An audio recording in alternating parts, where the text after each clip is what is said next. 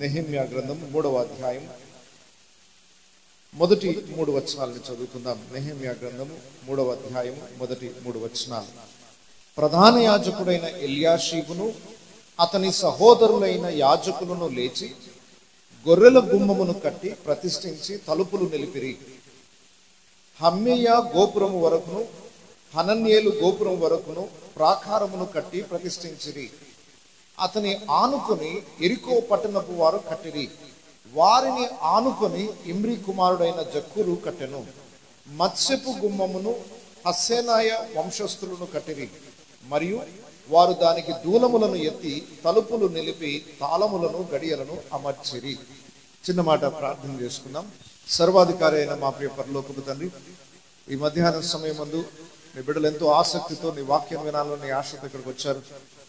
ఇక్కడికి వచ్చిన ప్రతి బిడ్డను నీ వాక్యం చేత దర్శించి ఆత్మలను మండింపజేసి ఉజ్జీవింపజేసి ఈ సంఘాన్ని క్షేమాభివృద్ధిలోనికి నడిపించమని కోరుచున్నాను. నీ దాసుని బలముగా అభిషేకించి నీ మహిమార్థమై వాడుకోమని యేసు పరిశుద్ధ నామములో ప్రార్థిస్తున్నాను తండ్రి, ఆమేన్. మనం చదువుకున్న ఈ వాక్య భాగము, అందులోని భావాన్ని మనం గుర్తించక మునుపు ఈ వాక్యము వెనుకున్న చరిత్రని కొంత మీకు తెలియజేస్తాను. దేవుడు సొలొమోను చేత ఒక అద్భుతమైన మందిరాన్ని కట్టించాడు. యెరూషలేము పట్టణాన్ని దేవుడు ప్రత్యేకపరుచుకున్నాడు. యెరూషలేములో ఒక దేవాలయాన్ని దేవుడు సొలొమోను చేత నిర్మాణం చేసి తన మహిమతో ఆ స్థలానికి దిగి వచ్చాడు. ఇజ్రాయేల్ ప్రజలు యెహోవాని ఆరాధించేంత వరకు ఇజ్రాయేల్ దేశము యెరూషలేము పట్టణము చాలా సురక్షితంగా ఉంది. ఏనాడైతే ఇజ్రాయిలు దేవునికి వ్యతిరేకంగా జీవిస్తారో చుట్టూనున్న శత్రు రాజులు లోనికి వచ్చి ఆ పట్టణాన్ని నాశనం చేయడానికి దేవుడు అనుమతినిచ్చేవాడు. అంటే దేవుడు వారి చుట్టూ ఉంచిన కంచెను తొలగించేవాడు. దేవుణ్ణి విడిచిపెట్టి దేవుడు కోరుకొనని విషయాలు ఎప్పుడైతే వారు చేస్తారో, దేవునికి వ్యతిరేకమైనవి అసహ్యమైన క్రియలు ఎప్పుడైతే చేస్తారో దేవుడు వారి చుట్టూ ఉంచిన కంచెను తొలగించేసేవాడు. అప్పుడు శత్రువు వచ్చి ఆ పట్టణాలని నాశనం చేస్తూ ఉండేవాడు. దేవుడు ఎంతో మంది ప్రవక్తలను పంపి మీరు ఇలా జీవించకూడదు, మీరు చేస్తున్న పనులు తప్పు అని ఎన్నిసార్లు హెచ్చరింపజేసినా ఇజ్రాయేలీలు వినలేదు. దేవుడు అన్నాడు, బబులోను రాజు అయిన నెబుకద్నెజర్ చేతికి మిమ్మల్ని అప్పగిస్తాను. ఆయన వచ్చి మీ పట్టణాన్ని పాడు చేస్తాడు, మీ దేవాలయాన్ని పాడు చేస్తాడు, మీలో ఉన్న అనేక మంది ప్రజలని చెరపట్టి బానిసలుగా ఉండడానికి తీసుకెళ్ళిపోతాడు. ఈ మాట ప్రవక్తలందరూ వచ్చి చెప్పినా ప్రజలు వినలేదు, పట్టించుకోలేదు, మారు మనసు పొందలేదు. దేవుడు చెప్పినట్టుగానే బబులోను రాజు వచ్చి ఇజ్రాయెల్ దేశాన్ని పాడు చేసి ఇజ్రాయెల్ దేశంలో ఉన్న దేవాలయాన్ని కూల్చేసి దాని చుట్టూ ఒక పెద్ద ప్రాకారపు గోడ ఉంటుంది. పెద్ద ప్రాకారపు గోడ శత్రువుల్లోనికి ప్రవేశించకుండా కాపాడగలిగే మంచి ప్రాకారపు గోడను బబులోను రాజు వచ్చి పూర్తిగా కూల్చేశాడు. దాని గుమ్మాలన్నిటిని కూడా అగ్ని చేత కాల్చేశాడు. దేవాలయం కూల్చివేయబడింది, ప్రాకారపు గోడ కూల్చివేయబడింది, గుమ్మాలు కాల్చివేయబడ్డాయి. యెరూషలేము పట్టణము పతనావస్థలో ఉంది. ప్రజలందరినీ చెరపట్టి తీసుకుని వెళ్ళిపోయాడు. అయితే దేవుడు వారికి ఒక వాగ్దానం చేశాడు. ఒక 70 సంవత్సరాలు వారు బబులోను చెరలో ఉన్న తర్వాత వాళ్ళపై నేను మరలా జాలిని చూపించి వారిని పూర్తిగా నేను విడిచిపెట్టను, మర్చిపోను, వారిని తిరిగి తీసుకొని వస్తానని వాగ్దానం చేశాడు. వాగ్దానం చేసినట్టుగానే దేవుడు ఇజ్రాయెల్ ప్రజల్లో ఒక గుంపుని తీసుకుని వచ్చి కూలిపోయిన యెరూషలేము దేవాలయాన్ని మరలా కట్టింపజేశాడు. యెహోషువ, జెరుబ్బాబెలు అనే 2 వ్యక్తుల నాయకత్వంలో, 2 ప్రవక్తల నాయకత్వంలో, జకరియా, హగ్గై అనే 2 ప్రవక్తల నాయకత్వంలో అద్భుతంగా దేవాలయం తిరిగి కట్టబడింది. దేవాలయం కట్టబడింది కానీ ఆ పట్టణానికి చుట్టూనున్న ప్రాకారపు గోడ మాత్రం ఇంకా కట్టబడలేదు, అలాగే కూలిపోయే ఉంది. కొంతకాలం అయిన తరువాత నెహెమ్యా అనే ఒక భక్తుడు ఉన్నాడు. ఆయన కూడా ఆ దూర దేశంలో ఉన్నాడు. బబులోను దేశంలోనే అక్కడ షూషన్ అనే ఒక కోట దగ్గర ఆయన పని చేస్తున్నాడు, ప్రభుత్వ ఉద్యోగంలో ఉన్నాడు. ఆయన దగ్గర కొంతమంది బంధువులు యెరూషలేము నుండి వచ్చి, అయ్యా యెరూషలేము పాడైపోయింది, ప్రాకారపు గోడలు అలాగే కూలిపోయి ఉన్నాయి, గుమ్మాలు కాలిపోయి ఉన్నాయి, ప్రజలు శ్రమ అనుభవిస్తున్నారు అని వార్త తెలియజేయగానే నెహెమ్యా ఈ పాడైపోయిన గోడలని బాగు చేయాలన్న ఆశతో, భారంతో మరలా యెరూషలేముకి వచ్చాడు. యెరూషలేముకి వచ్చి పాడైపోయిన గోడలను, పాడైపోయిన గుమ్మాలను తిరిగి కట్టడం ప్రారంభించాడు. ఎవరెవరు కట్టారు, ఎక్కడెక్కడ కట్టారు, ఎన్ని గుమ్మాలు కట్టారు, ఆ వివరాలన్నీ 3వ అధ్యాయంలో రాయబడ్డాయి. ఈ చరిత్ర ఈరోజు మనకు ఎందుకు అంటే, ఆనాడు యెరూషలేము పట్టణము పాడైపోయినట్టుగానే ఈనాడు కూడా చాలా మంది జీవితాలు పాడైపోయి ఉన్నాయి. ఒక ఇల్లు కూలిపోయినట్టుగా అనేక మంది బ్రతుకులు కూలిపోయిన స్థితిలో ఉన్నాయి. సాతాను, శత్రువు దేవుని ప్రజల జీవితాలని నాశనం చేసి వారిని భయంకరమైన దుస్థితికి దిగజారు చేశాడు. నెహెమ్యా లాంటి దేవుని సేవకులను దేవుడు మరలా పంపి కూలిపోయిన బ్రతుకులను ఏం చేస్తున్నాడు? మరలా కట్టించే పని చేస్తున్నాడు. సో ఈ నెహెమ్యా గ్రంథం ధ్యానిస్తున్నప్పుడు మనకు అర్థమయ్యేది ఏంటంటే, దేవుడు మానవులను కూలిపోయిన స్థితిలోనే ఉంచట్లేదు, వారిని తిరిగి ఏం చేయాలనుకుంటున్నాడు? పతనమైపోయిన కుటుంబాలను, పాడైపోయిన జీవితాలని తిరిగి బాగు చేసే దేవుడు ఆయన. నెహెమ్యా యెరూషలేము ప్రాకారపు గోడని మరలా తిరిగి కట్టినట్టుగా దేవుడు తన సేవకులను వాడుకొని మానవుల జీవితాలని మరలా తిరిగి కట్టించి దేవుని మహిమను ఆ స్థలమును ఉంచడానికి దేవుడు ఇష్టపడుతున్నాడు. అయితే ఆ ప్రాకారపు గోడ ఎలా కట్టబడుతుందో ఆ వివరాలన్నీ ఇందులో ఉన్నాయి. ఆ ప్రాకారపు గోడకు కొన్ని గుమ్మాలు ఉన్నాయి, గేట్లు ఉన్నాయి. ఈ గోడని యెరూషలేం ప్రాకారపు గోడ అనుకుందాం. కొంత దూరం గోడ వచ్చింది, ఒక కిటికీ వచ్చిందా? ఓకే, ఎన్ని కిటికీలు ఉన్నాయి? 1 2 3 4 5 6 7 8 ఇటు ఒకటి ఉందా?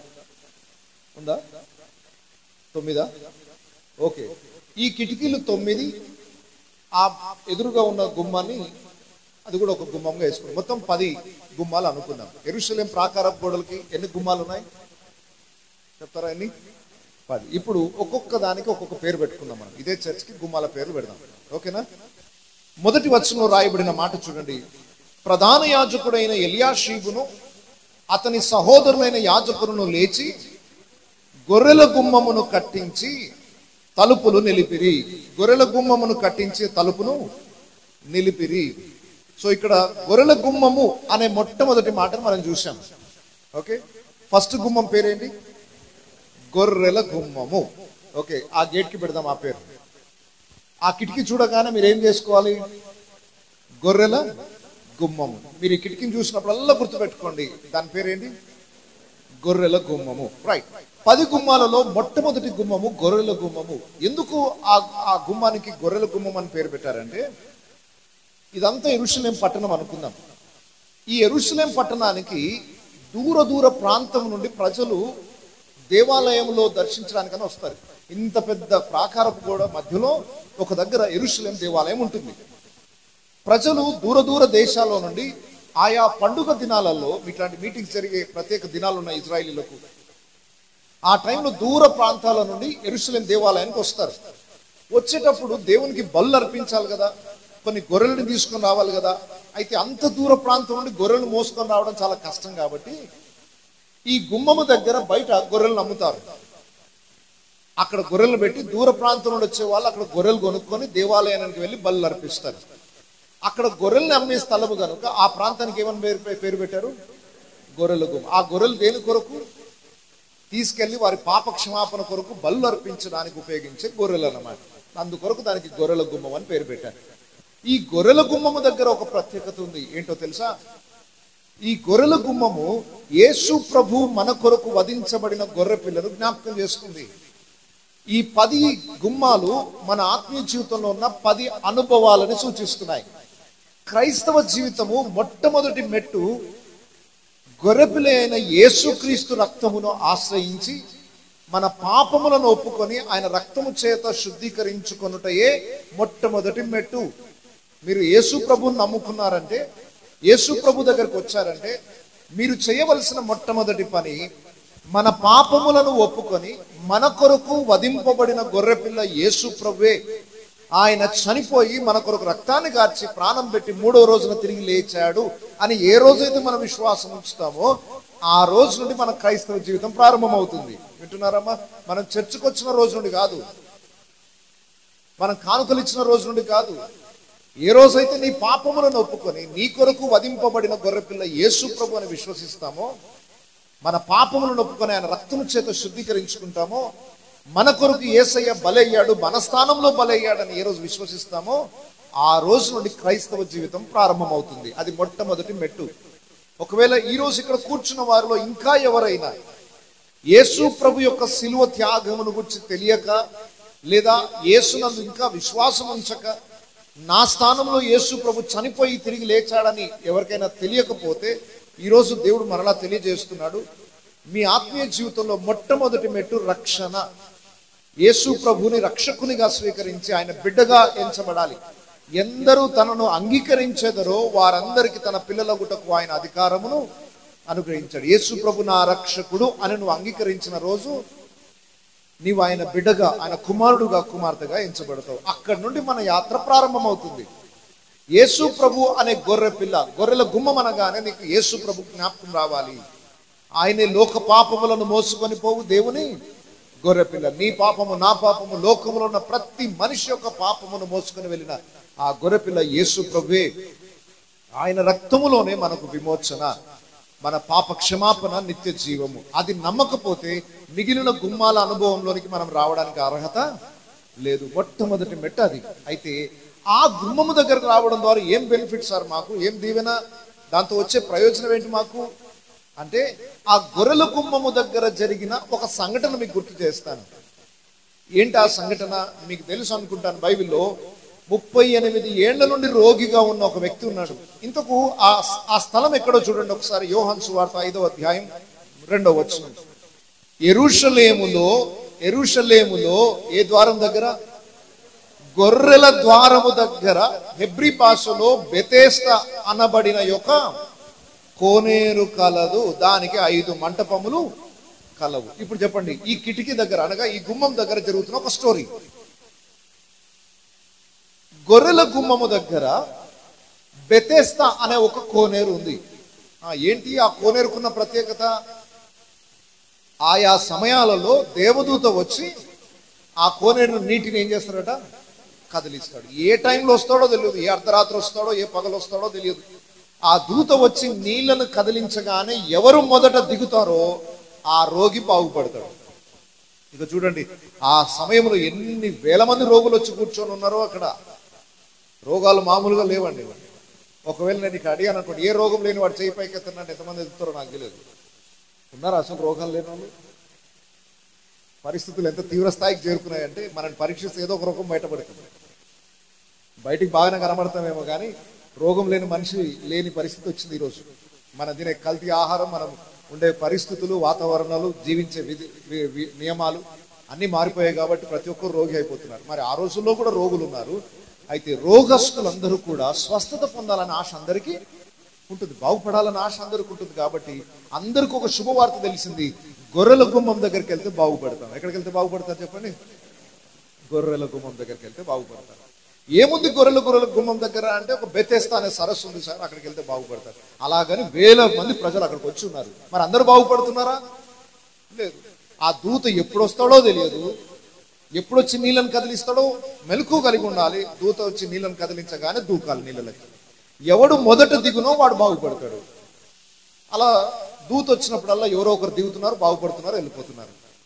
ఒక సమయమున యేసు ప్రభు ఆ గుమ్మం దగ్గరకు వచ్చాడు. ఆ గుమ్మం దగ్గర రాగానే అక్కడ ఒక రోగిని చూశాడు, ఒక పేషెంట్ని చూశాడు. ఎన్ని సంవత్సరాలట ఆయనకి? ఎవరన్నారా ఆయనని బీట్ చేసిన, ఆయన కంటే ఎక్కువ సంవత్సరాలు మంచం పడిన రోగులు ఎవరన్నారా? మీకు తెలిసిన వారు 38 సంవత్సరాల కంటే పైబడి రోగిగా పడకలో పడుకున్న వాళ్ళు మీకు ఎవరైనా తెలుసా? 38 సంవత్సరాలు అంటే ఊహించుకోవడానికి కూడా చాలా భయంగా ఉందండి. 30 రోజులు పడక మీద పడితేనే ఇక ప్రాణం పోయినంత పని. హాస్పిటల్లో ఒక 10 రోజులు అడ్మిట్ అయితే మనం అప్పటికే ప్రాణం పోయినంత పని అవుతుంది. కనీసము 10 రోజులు కూడా మనం బెడ్ మీద పడుకోలేము, అంత పరిస్థితి రోగము. అలాంటిది ఎన్ని సంవత్సరాల నుండి భరిస్తున్నాడట? 38 సంవత్సరాల నుండి రోగిగా ఉన్నాడు. పాపం ఆయనకు ఒక ఆశ కలిగింది, ఆ గొర్రెల గుమ్మం దగ్గరికి వెళ్తే నేను బాగుపడతాను అనుకున్నాడు. ఆ సరస్సు దగ్గర కూర్చొని ఉంటున్నాడు. దూత వచ్చి కదిలించగానే ఎవరో ఒకరు దూకుతున్నారు, ఈయనకు ఛాన్స్ దొరకట్లేదు. ఎన్నో సంవత్సరాలను అక్కడే పడిపోయి ఉన్నాడు. ఆ సమయమున యేసు ప్రభు వచ్చి ఆయన అడిగాడు, ఏంటయ్యా మరి ఎందుకు ఇంకా బాగు కాలేదు? ఈ సరస్సు దగ్గరనే కూర్చున్నావు, ఎందుకు బాగు కాలేదు అంటే, అయ్యా నన్ను ఇక్కడి నుండి లోపలికి తీసుకుని వెళ్ళే వాళ్ళు ఎవరు, నాకు సహాయం చేసే వాళ్ళు ఎవరు లేవలేని స్థితిలో ఉన్నారు. పోనీ నేను కష్టపడి లేచి ప్రాక్కుంటూ అక్కడికి వెళ్ళే లోపు ఎవరో ఒకరు దిగేస్తున్నారు, నాకు ఆ అవకాశం దొరకట్లేదయ్యా అన్నాడు. అప్పుడు యేసు ప్రభు ఆయనను ముట్టి బాగు చేసి లేచి ఆయన నీ పరుపును ఎత్తుకొని వెళ్ళమని ఆయనను బాగు చేసిన స్థలం అన్నమాట అది. ఇప్పుడు చెప్పండి, దేవదూత వచ్చి నీళ్లు కదిలిస్తే ఎవరో ఒకరు బాగుపడేవాళ్ళు, కానీ యేసయ్య వస్తే అందరినీ బాగు చేయవాడు. ఇప్పుడు ఈ గొర్రెల గుమ్మము దగ్గర బెతెస్దా కోనేరు స్పెషల్ కాదు, గొర్రెల గుమ్మం దగ్గర యేసయ్య స్పెషల్. ఇప్పుడు కోనేరు అయితే ఒక్కడే బాగు చేస్తుంది, యేసయ్య వస్తే యేసు ప్రభు కొందరికే ప్రభువా, అందరికీ ప్రభువా? Very good. ఈ గొర్రెల గుమ్మము దగ్గర నువ్వు 38 ఏళ్ల రోగి అయినా పాపివైనా నిన్ను బాగు చేయగలిగిన రక్షకుడు అక్కడికి వస్తాడు. ఎందుకంటే ఆయన్నే లోక పాపములను మోసుకొని పోవు దేవుని గొర్రెలు. మన రోగములను మన వ్యసనములను ఆయన శిలువ మీద మోసాడు కనుక, మన శాపములను మన పాపములను ఆయన తన మీద వేసుకొని దానికి ప్రాయశ్చిత్తం చేశాడు కనుక, యేసునొద్దకు వచ్చు ప్రతి వాడు బాగుపడడానికి ఆయన్నే ఆధారమై ఉన్నాడు. యేసు ప్రభు ఈ లోకంలో సంచరిస్తున్నప్పుడు ఆయన ప్రతి రోగిని బాగు చేసుకుంటూ వెళ్ళాడు, ప్రతి మనిషి జీవితాన్ని బాగు చేసుకుంటూ వెళ్ళాడు. ఆయన యొద్దకు వచ్చిన ఏ వ్యక్తిని ఆయన తృణీకరించలేదు. విశ్వాసంతో యేసునొద్దకు వచ్చిన ప్రతి వ్యక్తిని బాగు చేశాడు. గొర్రెల గుమ్మం అనగానే మనకు గుర్తు రావాలి, యేసు ప్రభు నా రక్షకుడు, ఆయన యందు విశ్వాసం ఉంచడం ద్వారా నా పాపపు రోగం నుండి నాకు విడుదలనిచ్చి, శారీరక మానసిక ఆత్మ సంబంధమైన ప్రతి వ్యాధి నుండి నాకు విడుదలనిచ్చి నాకు క్రొత్త జీవితాన్ని ఇచ్చువాడు అనే విషయాన్ని మనం గ్రహించాలి. ఓకేనా? సో ఏనాడైతే యేసు ప్రభుని రక్షకునిగా స్వీకరించి మీ యాత్ర ప్రారంభించారో మొదటి అనుభవం దాటేస్తున్నారు అన్నమాట మీరు. ఓకేనా? ఎంతమంది ఆ మొదటి గుమ్మం దగ్గరకు ఆల్రెడీ వచ్చేసారు? అంటే యేసు ప్రభు రక్షకునిగా ఎంతమంది ఆల్రెడీ స్వీకరించారు? వెరీ గుడ్, దేవుని స్తోత్రం. ఓకే, గొర్రెల గుమ్మం దగ్గర బ్రతుకులు మారుతాయి. గొర్రెల గుమ్మము దగ్గర 38 ఏళ్ళ కాదు 60 ఏళ్ల ముసలోడైన పాపపు రోగి అయితే అక్కడ బాగుపడతాడు, కొత్త జీవితాన్ని ప్రారంభిస్తాడు. నూతన మనస్సు, నూతన హృదయాన్ని దేవుడు ఆ వ్యక్తికి అనుగ్రహిస్తాడు. ఒక్కరికి ఇద్దరికి కాదు, వచ్చు ప్రతి వ్యక్తికి ఆయన 2 చేతులు చాపి ప్రయాసపడి భారం వచ్చిన సమస్త జనులారా 10 మందే రండి అన్నాడా? నా దగ్గర 10 మందికే ఛాన్స్ ఉంది అన్నాడా? మొదట వచ్చినోనికే ఛాన్స్ ఉంది అన్నాడా? నో, ఎంతమంది అన్నారా అనివ్వండి, నా యుద్ధకు రండి, నేను మీకు విశ్రాంతి. 38 ఏళ్ల నుండి రోగిగా ఉన్న వాడికి విశ్రాంతి ఎక్కడ దొరుకుతుందండి?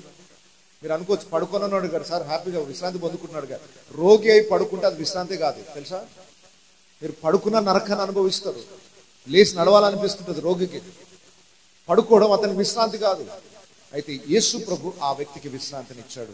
ఈరోజు మనందరికీ కూడా పాపపు భారమును మోయిచు ఏళ్ల తరబడి కృంగిపోతున్న మనలను తిరిగి బాగు చేసి విశ్రాంతినివ్వడానికి యేసు ప్రభు ఈ లోకానికి వచ్చాడు. ఆయన యుద్ధకు వచ్చి వారందరూ రక్షింపబడతారు, పాప క్షమాపణ పొంది పరలోక రాజ్యానికి వారసులు అవుతారు. సో అలా ఎవరైతే యేసునందు ఇక్కడ విశ్వాసం ఉంచిన వారందరూ వారు మొదటి గుమ్మమును దాటేసినట్టు. ఓకే, రెండవ గుమ్మాన్ని వెళ్దామా? రెండవ గుమ్మము మళ్ళీ నెహెమ్యా గ్రంథం జస్ట్ ఆ వచనాన్ని చూద్దాం. నెహెమ్యా గ్రంథం 3వ అధ్యాయం 3వ వచనం. రెండవ గుమ్మం పేరేంటి? మత్స్యపు గుమ్మం. చెప్తారా ఒకసారి? మత్స్యం అంటే చేప, ఫిష్ గేట్ అంటారు. ఓకే, ఇదేమో షీప్ గేట్, అదేమో ఫిష్ గేట్. రెండవ కిటికీ ఉందా? ఓకే, దానికి మనం ఒక పేరు పెట్టుకుందాం. ఏం పేరు దానికి? మత్స్యపు గుమ్మము, అంటే చేపల గుమ్మము అని అర్థం. ఎందుకు దానికి చేపల గుమ్మం అని పేరు పెట్టారంటే, పక్కనే యోర్దాను నది నుండి మధ్యధరా సముద్రం నుండి జాలరులు చేపలు పట్టుకొని తీసుకొని యెరూషలేం పట్టణానికి తీసుకొని వస్తారు చేపల్ని. యెరూషలేం పట్టణంలో ఉన్న ప్రజలకు చేపలను అందించడానికి ఎక్కడి నుండి పట్టుకొస్తారు? యెరూషలేం పట్టణానికి బయటున్న యోర్దాను నది నుండి మధ్యధరా సముద్రం నుండి చేపలు పట్టుకొని జాలరులందరూ పట్టణంలోనికి ఏ గుమ్మం గుండా తీసుకెళ్తారు? ఆ చేపల గుమ్మం దగ్గర నుండి పట్టణంలోనికి చేపలు తీసుకొస్తారు. ఇప్పుడు చాలా జాగ్రత్తగా వినండి. గొర్రెల గుమ్మము దగ్గరకు వచ్చిన మనమందరము రెండో మెట్టుకు రావాలా? అక్కడే ఉంటారా? పిల్లలు చదువుకునేటప్పుడు మొదటి తరగతి 10 సంవత్సరాలు చదువుతారా? ఒక సంవత్సరం అయిపోగానే మొదటి తరగతి అయిపోయింది, ఏం చేయాలి వాళ్ళని? మళ్ళీ రెండవ తరగతిలో వేయాలి. మరి అందరూ మొదటి తరగతిలోనే ఉంటారంటారు. యేసు ప్రభునందు విశ్వాసం ఉంచుతారు కానీ మత్స్యపు గుమ్మం దగ్గరికి రారు. మత్స్యపు గుమ్మం అంటే ఏంటో తెలుసా? జాలరి పని చేయాలి. ఆ మధ్యధరా సముద్రంలో యోర్దాను నదిలో ఉన్న చేపలన్నింటినీ పట్టుకొచ్చి పట్టణంలో పడేయాలి. అది మన డ్యూటీ.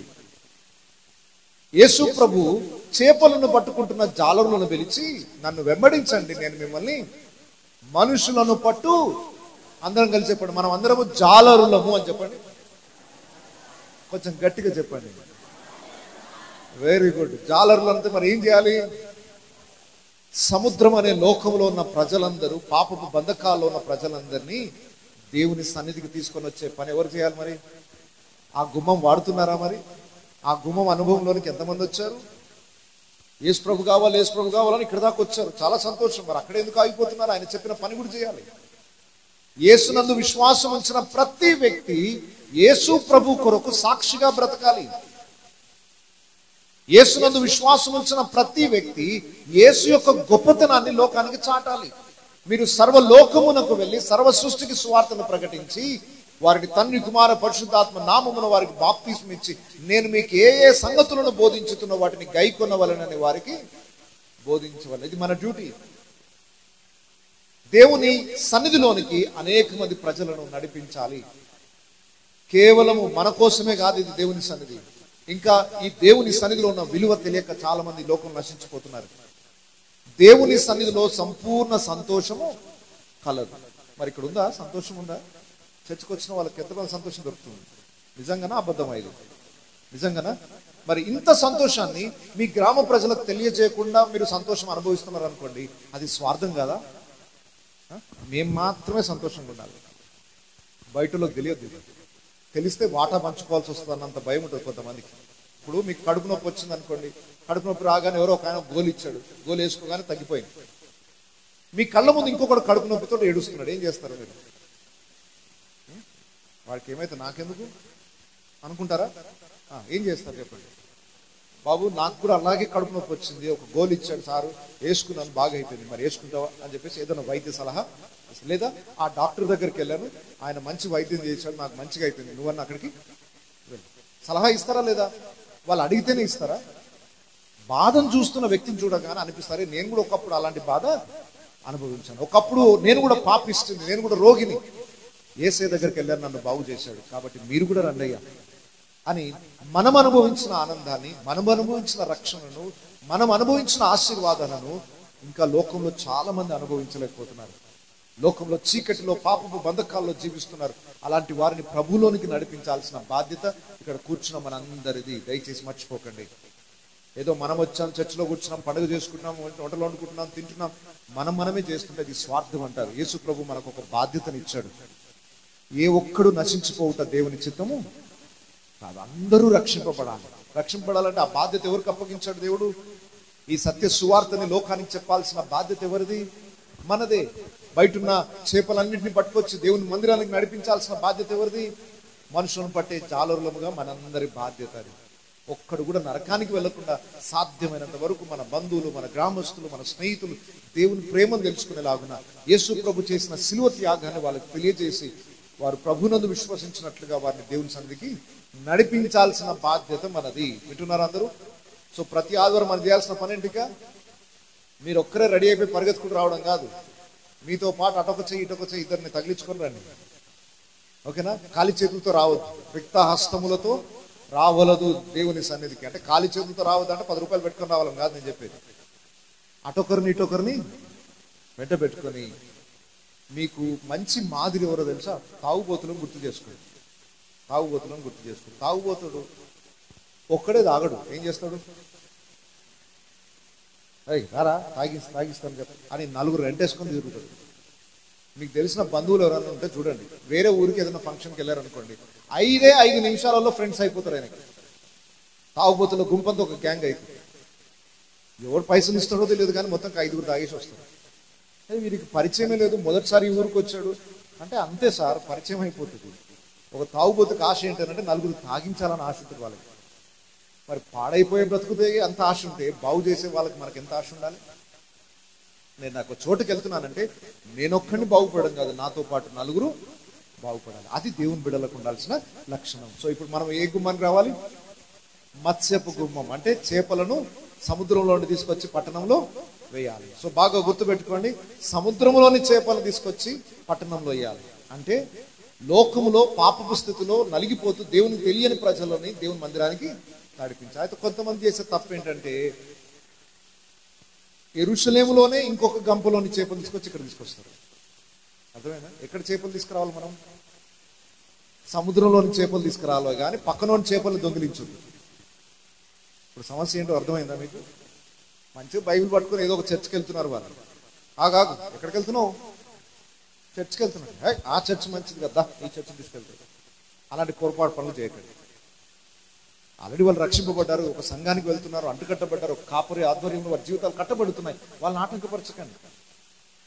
ఆ చర్చికి ఈ చర్చికి వెళ్తున్న వాళ్ళని తీసుకొచ్చి, అయ్యగారు ఈ వారం కొత్త ఆత్మను తీసుకొచ్చి అయ్యగారు అంటే అది అయ్యగారికి సంతోషాన్ని ఇవ్వదు, బాధ కలుగు చేస్తుంది. ఎందుకంటే 4 ఆత్మలను అక్కడి నుండి తీసుకొచ్చిన ఆమె ఇక్కడ నుండి 4 ఆత్మలు తీసుకుపోలేదా? తీసుకెళ్తాడు. కాబట్టి దేవుడు మనకు అప్పగించిన పని ఆ గంపల చేపలు ఈ గంపల చేపలు తీసుకొచ్చి మన గంప నింపుకోవడం కాదు. ఏం చేయాలి మనం? లోకంలో అసలు చేపలే లేవా? ఏదో కరువు అయిపోయినట్టు ఆ గంప చేపలు ఈ గంప చేపలు ఎందుకు? బయటికి వెళ్తే ఒక వలేస్తే విస్తారమైన చేపలు పట్టే అవకాశాలు ఉన్నాయి. అలాంటప్పుడు పక్కన 2 చేపలు 3 చేపలు ఎందుకండి మరి కకృతి పడడం? కాబట్టి ఇప్పుడు మనందరి పని ఏంటి? సముద్రంలోని చేపలను దేవుని మందిరానికి నడిపిస్తారు. ఇంకొక మందిరం, ఆ మందిరం, ఈ మందిరం చేపలు తీసుకొని రావడం మంచిది కాదు.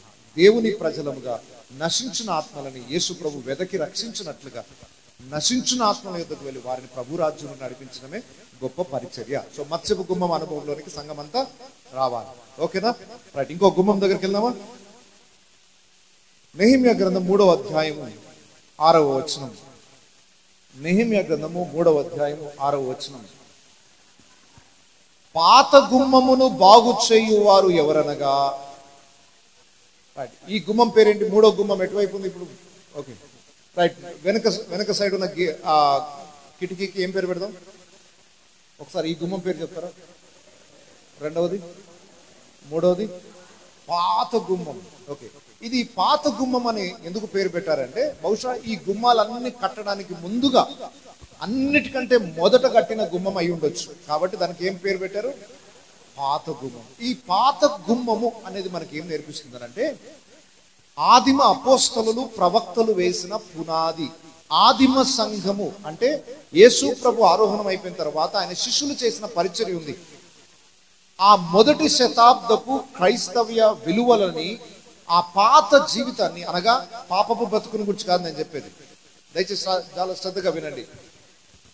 భక్తులు, ప్రవక్తలు, అపోస్తలులు వేసిన పునాది పాత బేస్ అన్నమాట. అది మన ఫౌండేషన్, పునాది.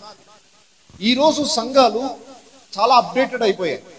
కొత్త ట్రెండ్స్ వచ్చాయి, ఫ్యాషన్స్ వచ్చేసాయి. కొత్త కొత్త విలువలని పాటిస్తూ పునాది పాఠాలని పక్కన పెట్టేశారు. మీరు ఒక్కసారి బైబిల్ చదివితే అపోస్తలుల కార్యములో పేతురు, యోహాను కాలంలో అపోస్తలుల పౌలు పరిచర్య చేసిన కాలానికి ఇప్పటి పరిచర్యకు ఏమైనా దగ్గర సంబంధాలు ఉన్నాయా? భూమి ఆకాశములకు మధ్య ఉన్నంత వ్యత్యాసం ఉంది. అంతేనా?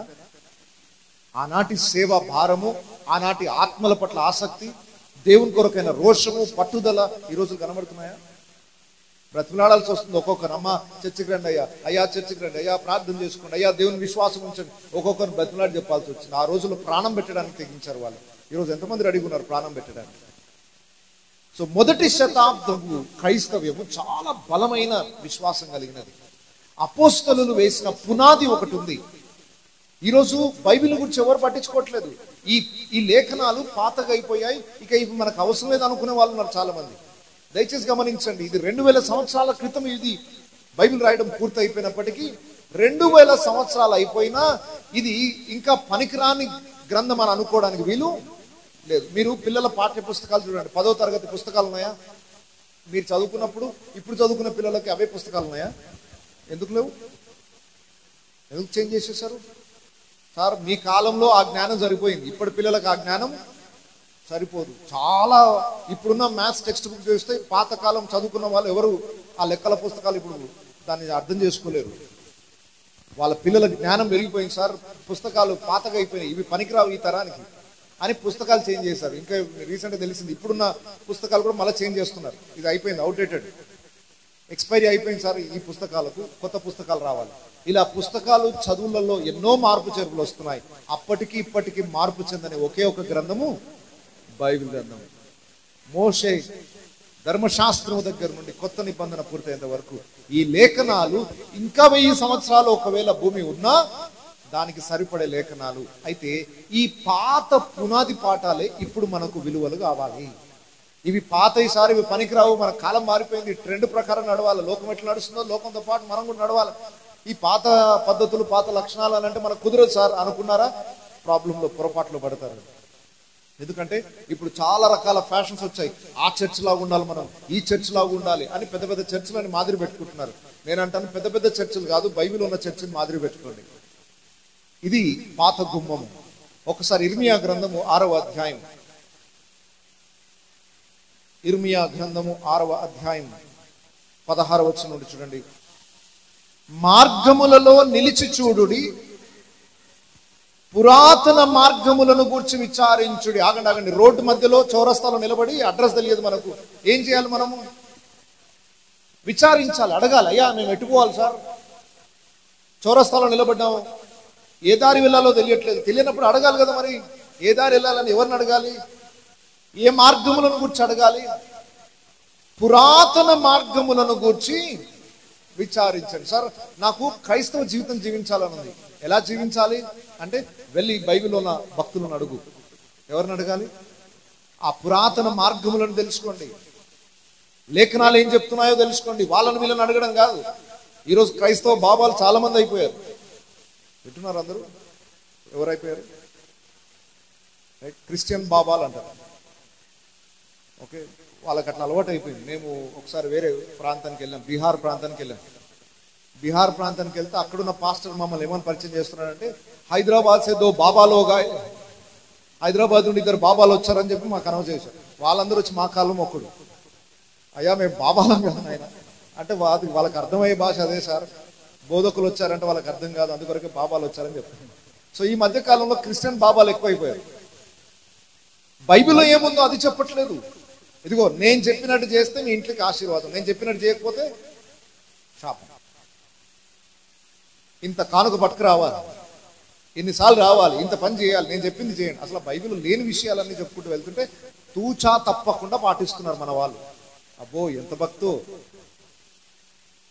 బైబిల్లో లేని విషయాలు చెయ్యండి అని చెప్పే బోధన చాలా త్వరగా వినేస్తారు, కానీ బైబిల్లో ఉన్న విషయాలు చెప్పి ఇలా చేయండి అంటే మాత్రం చేయరు. అసలు మనం ఏ గుమ్మం దగ్గర రావాలి? పాత గుమ్మం అనగా ఈ లేఖనాల దగ్గరికి మనం రావాలి. పురాతన మార్గములను తెలుసుకోండి. ఆనాడు భక్తులు నడిచిన మార్గం తెలుసుకోండి, అపోస్తలులు నడిచిన త్రోవం తెలుసుకోండి, ప్రవక్తలు నడిచిన త్రోవం తెలుసుకోండి. ఇప్పుడున్న ట్రెండ్ ఫాలో కాకండి దయచేసి. ఇక్కడ సేవకులు కానివ్వండి, విశ్వాసులు కానివ్వండి, ఇప్పుడున్న తరము మాదిరి తరం కాదు మనకు. మనం ఆ పురాతన మార్గాలను తెలుసుకోవాలి. ఆ పురాతన మార్గంలో అడిగి తెలుసుకోండి. మేలు కలుగు మార్గం ఏది అని అడిగి అందులో నడుచుకొనుడి, అప్పుడు మీకు నెమ్మది కలుగును. ఎప్పుడు కలుగుతుంది? ఆ ప్రవక్తలు, అపోస్తలులు, బైబిల్ కాలం నాటి ప్రజలు ఎలా జీవించారో అది తెలుసుకొని దాని ప్రకారం జీవిస్తే మీకేం కలుగుతుంది? నెమ్మది కలుగుతుంది. అంతేగాని వాళ్ళు అలా చెప్పమన్నారు, వాళ్ళు ఇలా చెప్పారు, ఇలా చేశాం, అందుకొరకు ఇలా చేశాం అని చెప్పేసి ఈరోజు చెప్పే బైబిల్లో లేని ఆచారాలు కొన్ని వస్తున్నాయి ఈ మధ్య కాలంలో. అలాంటి పొరపాటు చేయకండి దయచేసి. దేవుని వాక్యానికి భిన్నమైన బోధ, కొత్త బోధలు ఎన్నో వస్తున్నాయి, దాన్ని ఫాలో కాకండి. బైబిల్ ఏం చెప్తుందో అది చేయడానికి మనం నిర్ణయం చేసుకోవాలి. అనగా అపోస్తలు, ప్రవక్తలు వేసిన పునాది మీద 66 గ్రంథాలలో దేవుడు రచింపజేసిన అవే మనకు ఆధారం. లోకం ఎన్ని టెక్నాలజీ మారిపోవచ్చు, లోకంలో ఎన్నో పద్ధతులు మారిపోవచ్చు, కానీ దేవుని వాక్యం మారదు. భూమి ఆకాశంలో మారినా మారవచ్చు, లయమైపోవచ్చేమో, కానీ దేవుని వాక్యం ఒక పొల్లైనా గతించిపోదు. సో దేవుని వాక్యమే మనకు ఆధారం. ఆ మార్గాన్ని తెలుసుకోవాలి, దాంట్లో నడిస్తేనే మనకు నెమ్మది. ఓకేనా? సో మనకు ఆధారం ఏంటి ఇప్పుడు? భక్తులు, పూర్వము భక్తులు నడిచిన మార్గమే మనకు మాదిరి. ఓకే, ఫస్ట్ గుమ్మం ఏంటి? రెండవది, మూడవది పాత గుమ్మం. ఇంకొక గుమ్మం దగ్గరికి వెళ్దాం. నెహెమ్యా గ్రంథం 3వ అధ్యాయం 13వ వచనం. నెహెమ్యా గ్రంథం 3వ అధ్యాయం 13వ వచనం. లోయ ద్వారమున, సరే ద్వారమన్నా గుమ్మమన్నా ఒకటే. ఓకే, దాని పేరేంటి? లోయ ద్వారం. అక్కడ నా కుడి వైపున ఉన్న 2వ కిటికీ పేరు పెడదాం. ఏం పేరు అది? లోయ ద్వారం అని ఎందుకు పేరు పెట్టారంటే, ఇప్పుడు ఇది పట్టణం కదా, ఈ పట్టణానికి చుట్టూ ఉన్న ప్రాకారపు కూడా ఇది కదా. ఆ గుమ్మము గుండా బయటికి వెళ్తే పెద్ద లోయలు ఉన్నాయి అక్కడ. అందుకొరకు దానికి ఏమని పేరు పెట్టారు? లోయ గుమ్మం. లోయ గుమ్మము మనకు నేర్పించే పాఠం ఏంటో తెలుసా? ప్రతి క్రైస్తవుడు తగ్గించుకోవడం నేర్చుకోవాలి. ఏం చేయాలి? అదొక్కటే నచ్చదు మనకి. ఈనాడు ఎక్కడ చూసినా హెచ్చించుకునే ప్రయత్నమే చేస్తున్నారు. నేను గొప్పోడిని అని చెప్పుకునే ప్రయత్నాలే చేస్తున్నారు. ఫేమస్ కావాలి అన్న ఆరాటంలో ఈ తరం చాలా పరుగులు ఎత్తుతుంది. దానికి తోడు ఈ ఫోన్ ఒకటి వచ్చింది, మీడియా చేతుల్లోనికి వచ్చింది. అయింది 9 తగ్గింది, అన్ని వీడియోలు తీయాలి, అప్లోడ్ చేయాలి. ఎంతమంది వ్యూలు చూశారు, ఎంతమంది లైకులు కొట్టారు, ఎంతమంది సబ్స్క్రైబర్లు అయ్యారు, ఇదే గోల. నన్ను ఎంతమంది అభినందిస్తున్నారు, నన్ను ఎంతమంది ఫాలో అవుతున్నారు, అదే కావాలి మనిషి. అంటే మనిషి తను తాను హెచ్చించుకునే ప్రయత్నాలు చేస్తున్నాడు. దాని వెనక సేవకులు కూడా పరిగెత్తుతూనే ఉన్నారు. ఈరోజు పాస్టర్లు కూడా ఏం తక్కువ కాదు. అంటే మా మీద మేము కూడా నేరం ఒప్పుకుంటున్నాం. గొప్ప కావాలి అన్న తపనతో పరిగెత్తుతూ బోర్ల పడే వాళ్ళు చాలా మంది ఉన్నారు. యేసు ప్రభు ఎంత స్పష్టంగా చెప్పాడు, తను తాను తగ్గించుకునేవాడు హెచ్చింపబడతాడు, హెచ్చించుకునేవాడు తగ్గించబడతాడు. కాబట్టి లోయ ద్వారం అనే అనుభవం అందరికీ కావాలి. అనగా మన ఉన్న స్థితిలో తగ్గించుకోవడం నేర్చుకోవాలి. ఎందుకంటే మనకు మాదిరి చూపించాడు యేసు ప్రభు. పరలోక మహిమను విడిచిపెట్టి దాసుని స్వరూపమును ధరించి మనందరికీ పరిచారకుడు అయ్యాడట ఆయన. యేసు ప్రభు శిష్యుల పాదాలను గడిగాడట. ఆ రోజుల్లో యూదులు ఇంకొకరి పాదాలను ముట్టుకునే వాళ్ళు కాదు అసలు. వాళ్ళకి చాలా ఒక అహంభావం ఉండేది. మేము ఎవరికి తలదించం, ఎవరి కాలు పట్టుకోమేము అనేవాళ్ళు. యేసు ప్రభు వచ్చి అలాంటి ప్రజల మధ్యలో వాళ్ళ పాదాలు గడగడం ఎంత తగ్గించుకున్నాడో ఊహించండి. సృష్టికర్త అయిన దేవుడు, ఆకాశ మహాకాశములు పట్టజాలని గొప్ప దేవుడు వచ్చి మానవుని పాదాలు కడగడం అంటే ఎంత తగ్గించుకున్నాడో ఆయన. నేను సాత్వికుడను, దీన మనస్సు గలవాడను గనుక నా యుద్ధకు వచ్చి నేర్చుకోండి అన్నాడు ఆయన. దీన మనస్సు అందరం కూడా ఎవరి దగ్గర నేర్చుకోవాలి? యేసు ప్రభు దగ్గర నేర్చుకో. యేసు ప్రభు కంటే ఇంకా తగ్గించుకున్నవాడు ఎవరు లేడు చరిత్రలో. మన దేవుడు సాత్వికుడు కాబట్టి మనం కూడా ఎలా ఉండాలి? తగ్గింపు. లోయ ద్వారా మనకేం నేర్పిస్తుందంటే ఎంతను ఎదిగినా ఒదిగి ఉండడం నేర్చుకోవాలి. నేను గొప్పోణ్ణి అని చెప్పుకున్న మరుక్షణమే గుర్తుపెట్టుకోండి, నాశనమునకు ముందు నువ్వు గర్విస్తున్నావంటే నెక్స్ట్ అడిగేంటి?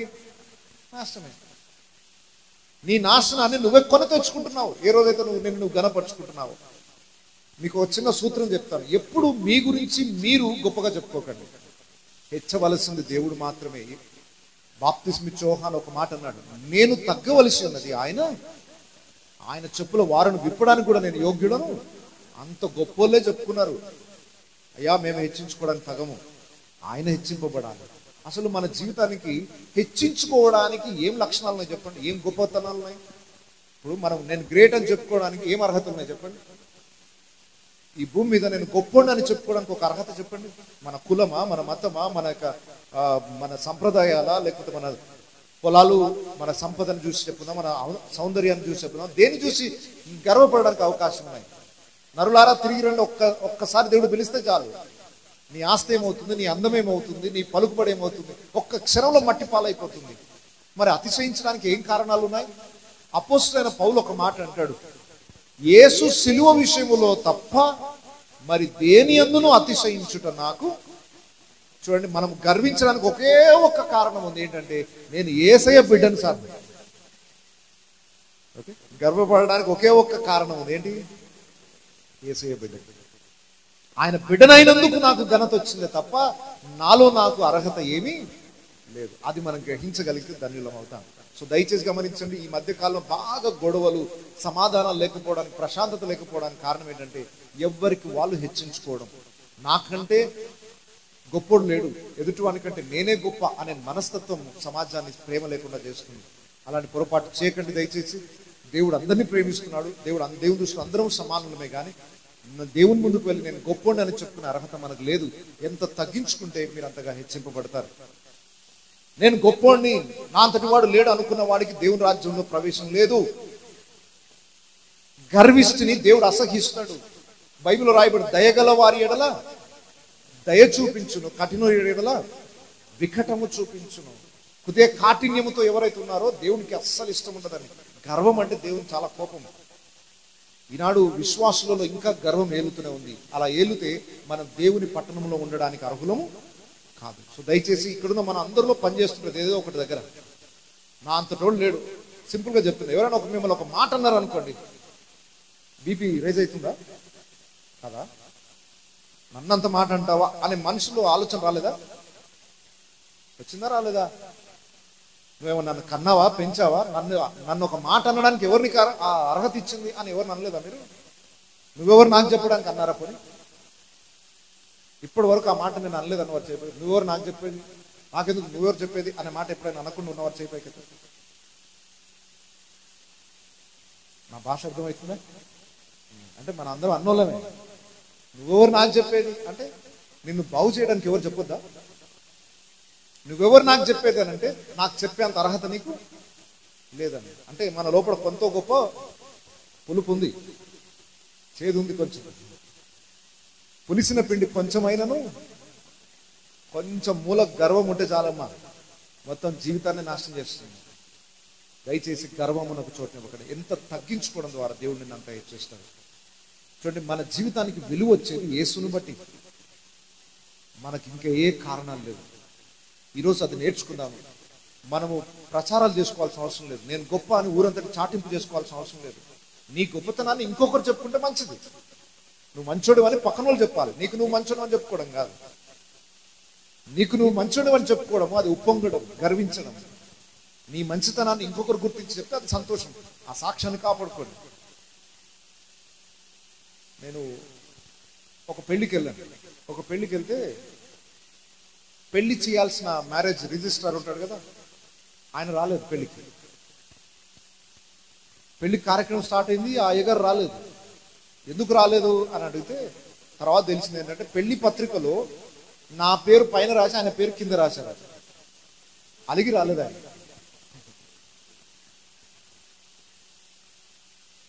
పేరు కింద పెట్టినందుకే అలిగి రాని పాస్టర్లకు దేవుని సేవ ఎట్లా చేస్తారు నాకు అర్థం కాదు. పేరు కింద రాసినంత మాత్రాన నా విలువ తగ్గిపోతుందా? అంటే లోపల ఏం మనసు ఉందో అర్థం చేసుకోండి. సరే పేరు లేకపోతే ఏమైంది సార్, దేవుని కార్యం జరగాలి అనుకున్నవాడు తగ్గించుకున్నట్టు. కానీ నా పేరు రాయరా, మీరు బయట నా పేరు రాయరా. కొంతమందికి స్టేజ్ మీద పిలిచి సన్మానాలు చేయకపోతే అలుగుతారు. ఏమయ్యగారు నా పేరు విలువలేదేంటి, నా పేరు విలువరా, చర్చ్ కోసం ఇంత చేశా, నా పేరు చెప్పరావు అందరి ముందు అంటే మనకేం కావాలి? గొప్ప పేరు కావాలి. నలుగురు ముందు నేను గొప్పోడిని అనిపించుకోవాలి. దేవుని స్తోత్రం. ఇక్కడైతే ఏం పేర్లు కనబడలేదు. కొన్ని చర్చిలకు వెళ్తే ఫ్యాన్ రెక్కల మీద 3 రెక్కల మీద 3 పేర్లు ఉంటాయి. ఏమని ఉంటాయంటే దాతలు. వీళ్ళు దేవునికే దానం చేసిన దాతలు. వీళ్ళు ఇచ్చే 300 ఫ్యాన్కి 3 దాతలు ఉంటారు. మళ్ళీ దేవునికి దానం ఇచ్చేంత దాతలు ఉన్నారా? కొంతమందికి ఏంటంటే మందిరంలోకి ఎవరైనా రాగానే ఎవరి పేరు కనబడాలి, అక్కడ నా పేరు కనబడాలి. ఇది ఎవరిచ్చారంటే నా పేరు తెలవాలి. దయచేసి లోకంలో ఉన్న వారికి ఆ లక్షణాలు ఉంటాయి. బయట గోడ నిండా పేర్లు రాసుకుంటారు. ఈ దాత ఇంత సహాయం చేశాడు, ఈ దాత ఇంత సహాయం చేశాడు. అది చర్చిలో రాయకండి దయచేసి. రాయలేదు, దేవుని స్తోత్రం. అలాంటి పనులు చేయకూడదు. నువ్వు దేవుని కొరకు ఎంత సేవ చేసినా తక్కువే. నేను ఇంత చేశానని ఎవరు చెప్పుకోవాలనుకుంటున్నావు? పాస్టర్ గారు మైక్లో అనౌన్స్ చేయాలా, ఈ మందిరం కోసం పలాని దాత 100 రూపాయలు ఇచ్చాడు అని అనౌన్స్ చేయాలా? అయ్యగారు నేను ఎంత ఇచ్చిన మైక్లో ఎందుకు చెప్పలేదు అంటున్నారంటే మీరు గొప్ప పేరుని అతిశయిస్తున్నారు. అది కావాలని కోరుకుంటున్నారు, గొప్పతనాన్ని కోరుకుంటున్నారు. అలా కోరుకున్నారంటే అవమాన పాలవుతారు. సింపుల్గా చెప్తున్నారు, దేవుని బిడ్డలుగా మీరు ఎదగాలంటే ఎంతగా తగ్గించుకుంటే దేవుడు మిమ్మల్ని అంతగా హెచ్చిస్తాడు. మందిరంలో ఏ చిన్న పనైనా, అది బాత్రూమ్లు కడిగే పనైనా, ఇది దేవుని పని. ఎవరో ఏమో అనుకుంటే నాకు అనవసరం, ఇది దేవుని పని అని ఎంత తగ్గించుకొని మనం చేస్తామో దేవుడు చూస్తున్నాడు. విరిగి నలిగిన స్థితిలో ఉన్న వారిని దేవుడు అలక్ష్యము చేయడు. ఇక గర్విస్తాయి. దేవుని ఆశీర్వాదాలు మర్చిపోవడం మంచిది. ఓకే, ఎన్నో గుమ్మం అది? 4 గుమ్మమే. మరొకసారి గుర్తు చేసుకుందాం. ఎన్నో గుమ్మం నుండి వచ్చాం? మొదటిది ఏంటి? గొర్రెల గుమ్మము, మత్స్య గుమ్మము, పాత గుమ్మము, లోయ ద్వారం. ఇంకొక గుమ్మానికి వెళ్దాం. 14 వచనం. బేత్ హక్కెరెము ప్రదేశమునకు అధిపతి అయిన రేకాబు కుమారుడైన మల్కియా పెంట గుమ్మమును బాగు చేశాను. ఆ గుమ్మానికి పేరేంటి కొంచెం చెప్తారా? ఇదేంటి సార్ ఈ గుమ్మం పేరు ఇట్లా వెరైటీగా? ఏం గుమ్మం అంటే అది? చాలా జాగ్రత్తగా వినండి. ఆ గుమ్మానికి ఎందుకు పెంట గుమ్మం అని పేరు పెట్టారంటే, ఈ పట్టణంలోనున్న చెత్తంతా పోగు చేసి ఆ పెంట గుమ్మం నుండి బయటికి తీసుకెళ్లి బయట ఉన్న లోయలో పడేస్తారన్నమాట. ఈ పట్టణాన్ని ప్రతిరోజు శుభ్రపరిచి చెత్తంతా పోగు చేసి ఎక్కడ పడేస్తారు?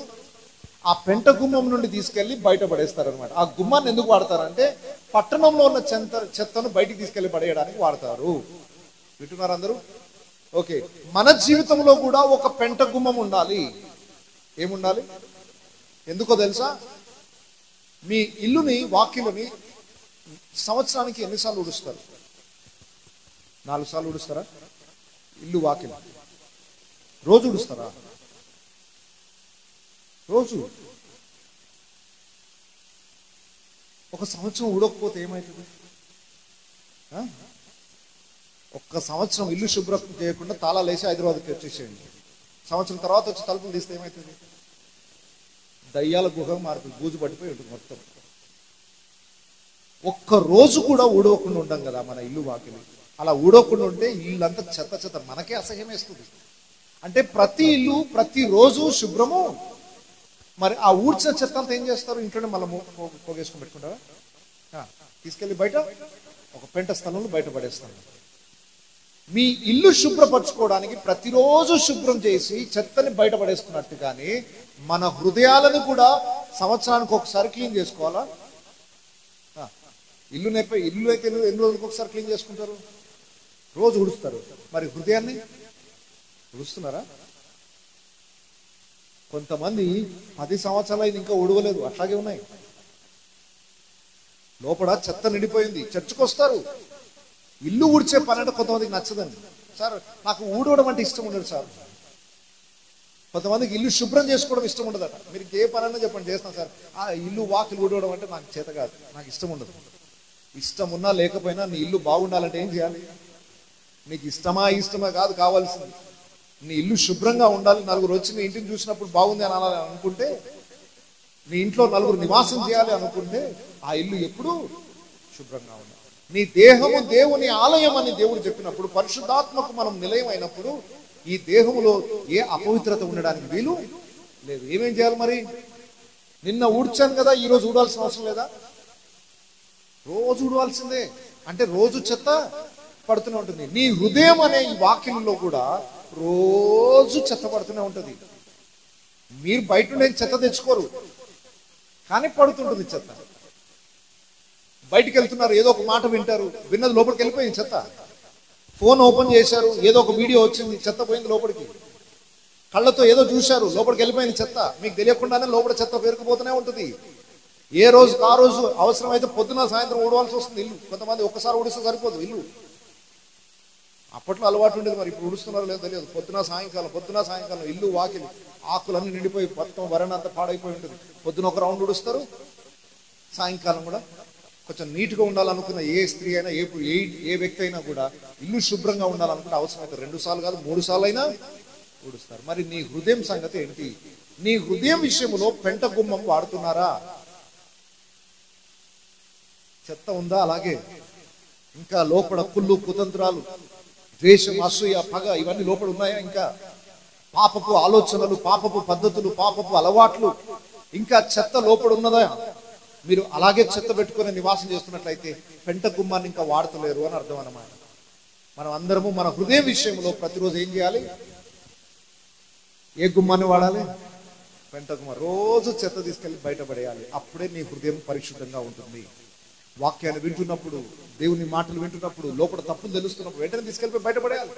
కళ్ళ ముందు చెత్త కనబడిందంటే వెంటనే తీసేస్తారా? అట్లాగే ఉంచుకుంటారు 4 రోజులు. ఇంట్లో అన్నం పాడైపోయింది, కంపు కొడుతుంది, అలాగే 4 రోజులు ఉండని తర్వాత చూద్దాంలే అంటారా? కంపు కొడుతుంది, తీసి బయటపడే అంటాం అంతే. మరి మన హృదయంలో కంపు కొట్టే లక్షణాలు ఎన్నో ఉన్నాయి కదా, అట్లాగే పెట్టుకున్నారు ఎందుకు? మరి ఇది తప్పు అని తెలిసినవి, కొన్ని చెడు అలవాట్లు, ఇది తప్పు అని తెలిసినప్పుడు ఎందుకు వెంటనే తీసి బయటపడట్లేదు? దాన్ని వాటితోనే ఇంకా కొనసాగిస్తున్నారు జీవితం. ఎందుకు? మీ ఇల్లు అయితే రోజుకు 2 సార్లు 3 సార్లు ఊడ్చుకుంటున్నారు, హృదయాన్ని ఎందుకు ఊడ్చుకోవట్లేదు? ప్రతి దినం ఉదయం సాయంకాలం దేవుని దగ్గరికి వెళ్ళి మోకరించి, దేవా నా హృదయంలో నీకు అయిష్టమైనది ఏమన్నా ఉంటే తీసేనాయన, నా హృదయాన్ని పవిత్రపరచు. నా తలంపుల ద్వారా, నా చూపు ద్వారా, నా మాటల ద్వారా, నా క్రియల ద్వారా నేను ఎక్కడైనా పొరపాటు చేస్తే క్షమించినైనా అని ప్రతిరోజు ఎవరి హృదయాన్ని ఊడ్చుకొని చెత్తంతా తీసుకెళ్లి బయటపడేస్తారో వాళ్ళ జీవితాలు పవిత్రంగా ఉంటాయి. వాళ్ళ హృదయాలలో దేవుడు నివాసం ఉండడానికి ఇష్టపడతాడు. వింటున్నారమ్మా? సో ఈరోజు మనందరం ఏం చేయాలి? పెంట గుమ్మాన్ని వాడాలి. ఎప్పుడెప్పుడు వాడతారు? క్రిస్మస్ టు క్రిస్మసా? రోజు వాడతారా? కొంతమంది పండగ క్రైస్తవులు ఉంటారు, పండుగ రోజు తప్ప మిగతా సమయాల్లో చర్చలు కనబడరు కాదు. వాళ్ళ గుట్టి పండగ కావాలంటే ఆ ఒక్క రోజు ఎంత బాగా తయారై వస్తారు, ఇంటికి సున్నాలు వేసుకుంటారు, అన్ని పనులు చేసుకుంటారు. ఆ రోజు చూస్తే అసలు ఓ వీళ్ళు క్రైస్తవులు అని ఆ రోజు దాకా తెలియదు మనకి.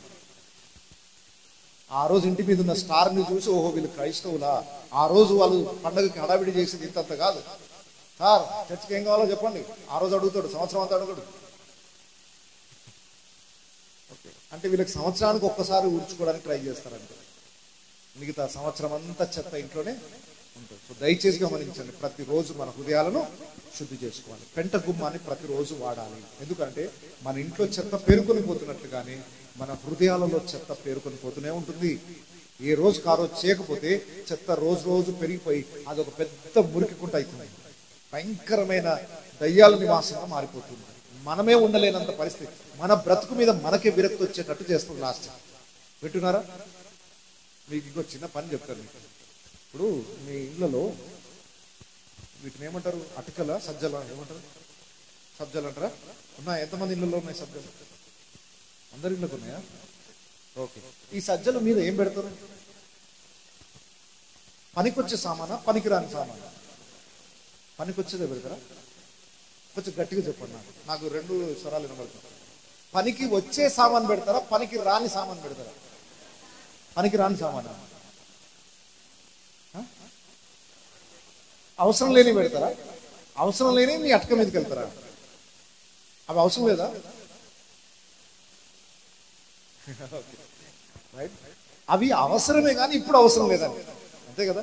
ఒక వస్తువు ఉంది, అది ఇది ఇప్పుడు అవసరం లేదు కానీ ఫ్యూచర్లో ఎప్పుడైనా, భవిష్యత్తులో ఎప్పుడైనా అవసరం పడుతుందని తీసుకెళ్ళి అటక మీద పెట్టారు కదా, ఎప్పుడైనా దాన్ని తీసి వాడిన అనుభవం ఉందా మీకు? అటక మీదకి ఎక్కిన, సజ్జ మీదకి ఎక్కిన వస్తువులు పనికి వస్తాయని పెట్టుకున్నారు కదా, ఎప్పుడైనా వాటిని తీసి వాడిన రోజు ఉందా మీ జీవితంలో? ఎన్ని వాడుంటారు? మేము కూడా ఒకసారి అట్లాగే చేసాం. మా ఇంట్లో అన్ని పెద్ద అటక మీద అన్ని సామాన్లు అన్నీ వేసాం. దాంట్లో ఏమున్నాయో కూడా తెలియదు, దొరికినట్టు ఇది తర్వాత పనికొస్తుంది, తర్వాత పనికొస్తుంది, తర్వాత పనికొస్తుంది, అన్ని తీసుకొచ్చి దాంట్లో వేసేసాం. అది నిండిపోయింది మొత్తం. ఒకరోజు క్రిస్మస్ వచ్చింది, క్రిస్మస్ దగ్గర పండుగ వచ్చి సున్నాలు వేద్దామని చెప్పేసి మా ఇంట్లో ఏం చేసినట్టు అన్ని సామాన్లన్నీ తీసి బయట వేసేటప్పుడు దాని మీద ఉన్న సామాన్లన్నీ ఒక్కటా రెండా సంవత్సరం పొడుగున పేర్చినవా. తీస్తా ఉంటే వస్తా ఉన్నాయి సామాన్లు, తీస్తా ఉన్నా అరే ఇంత సామాన్ చెత్త అంతా నింపుకున్నాం మనం, ఇవన్నీ తీసి పనికిరాని బయటపడేద్దామని చెప్పేసి మొత్తం తీసి బయట వేసి మంచిగా సున్నం వేసి క్లీన్ చేసి మళ్ళీ ఈ సామాన్ సర్దుకునేటప్పుడు ఇది పనికొచ్చేటట్టుంది, ఇది కూడా పనికొచ్చేటట్టుంది. సజ్జ మీద నుండి ఏమేమి సామాన్లు కిందికి దించినామో మళ్ళీ అన్ని అవి పనికి రావు. సరే నీకు పనికి రాకపోతే ఇంకెవరికైనా పనికి వస్తే వాళ్ళకి ఇచ్చేసేయండి రాదు. అమ్మో మనసు ఒప్పదు ఎవరికి. ఇప్పుడు మీ ఇంట్లో పాత ఏదైనా వస్తువు ఉందనుకో, పాత కుక్కరో ఏదో ఉందనుకోండి, పాత పాత్ర ఉంది, సంవత్సరం పొడుగున మీరు వాడలేదు, అది అత్యవసరంగా ఇంకెవరికి అవసరం, ఎవరికైనా ఇచ్చేయచ్చు కదా, మనసు ఒప్పుతుందా? మీరు వాడుకోరు, ఇంకొకరికి ఇయ్యరు, అది కూడా చెత్తనే తెలుసా. వాడుకోకుండా ఇంట్లో వస్తువు ఉంది అని అంటే అది కొద్ది రోజులకు పనికి రాకుండా పోతుంది. అది ఒకవేళ ఇనుప వస్తువు అయితే మొత్తం తుప్పు పట్టేస్తుంది, చెక్క వస్తువు అయితే దానికి ఏదో చెదలు పట్టేస్తాయి, పనికిరాని వస్తువులాగానే అయిపోతాయి.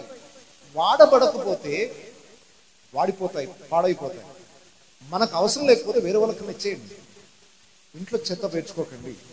అందుకొరకు నేను మంచి బుద్ధి తెచ్చుకొని నెక్స్ట్ మా ఇల్లు కట్టుకునేటప్పుడు ఒక ప్లాన్ చేశాను. మా ఇంజనీర్ గారికి చెప్పాను, మా ఇంట్లో మాత్రం సబ్జాలు పెట్టద్దు, మా ఇల్లు సజ్జలు లేకుండా కట్టించుకున్నాను.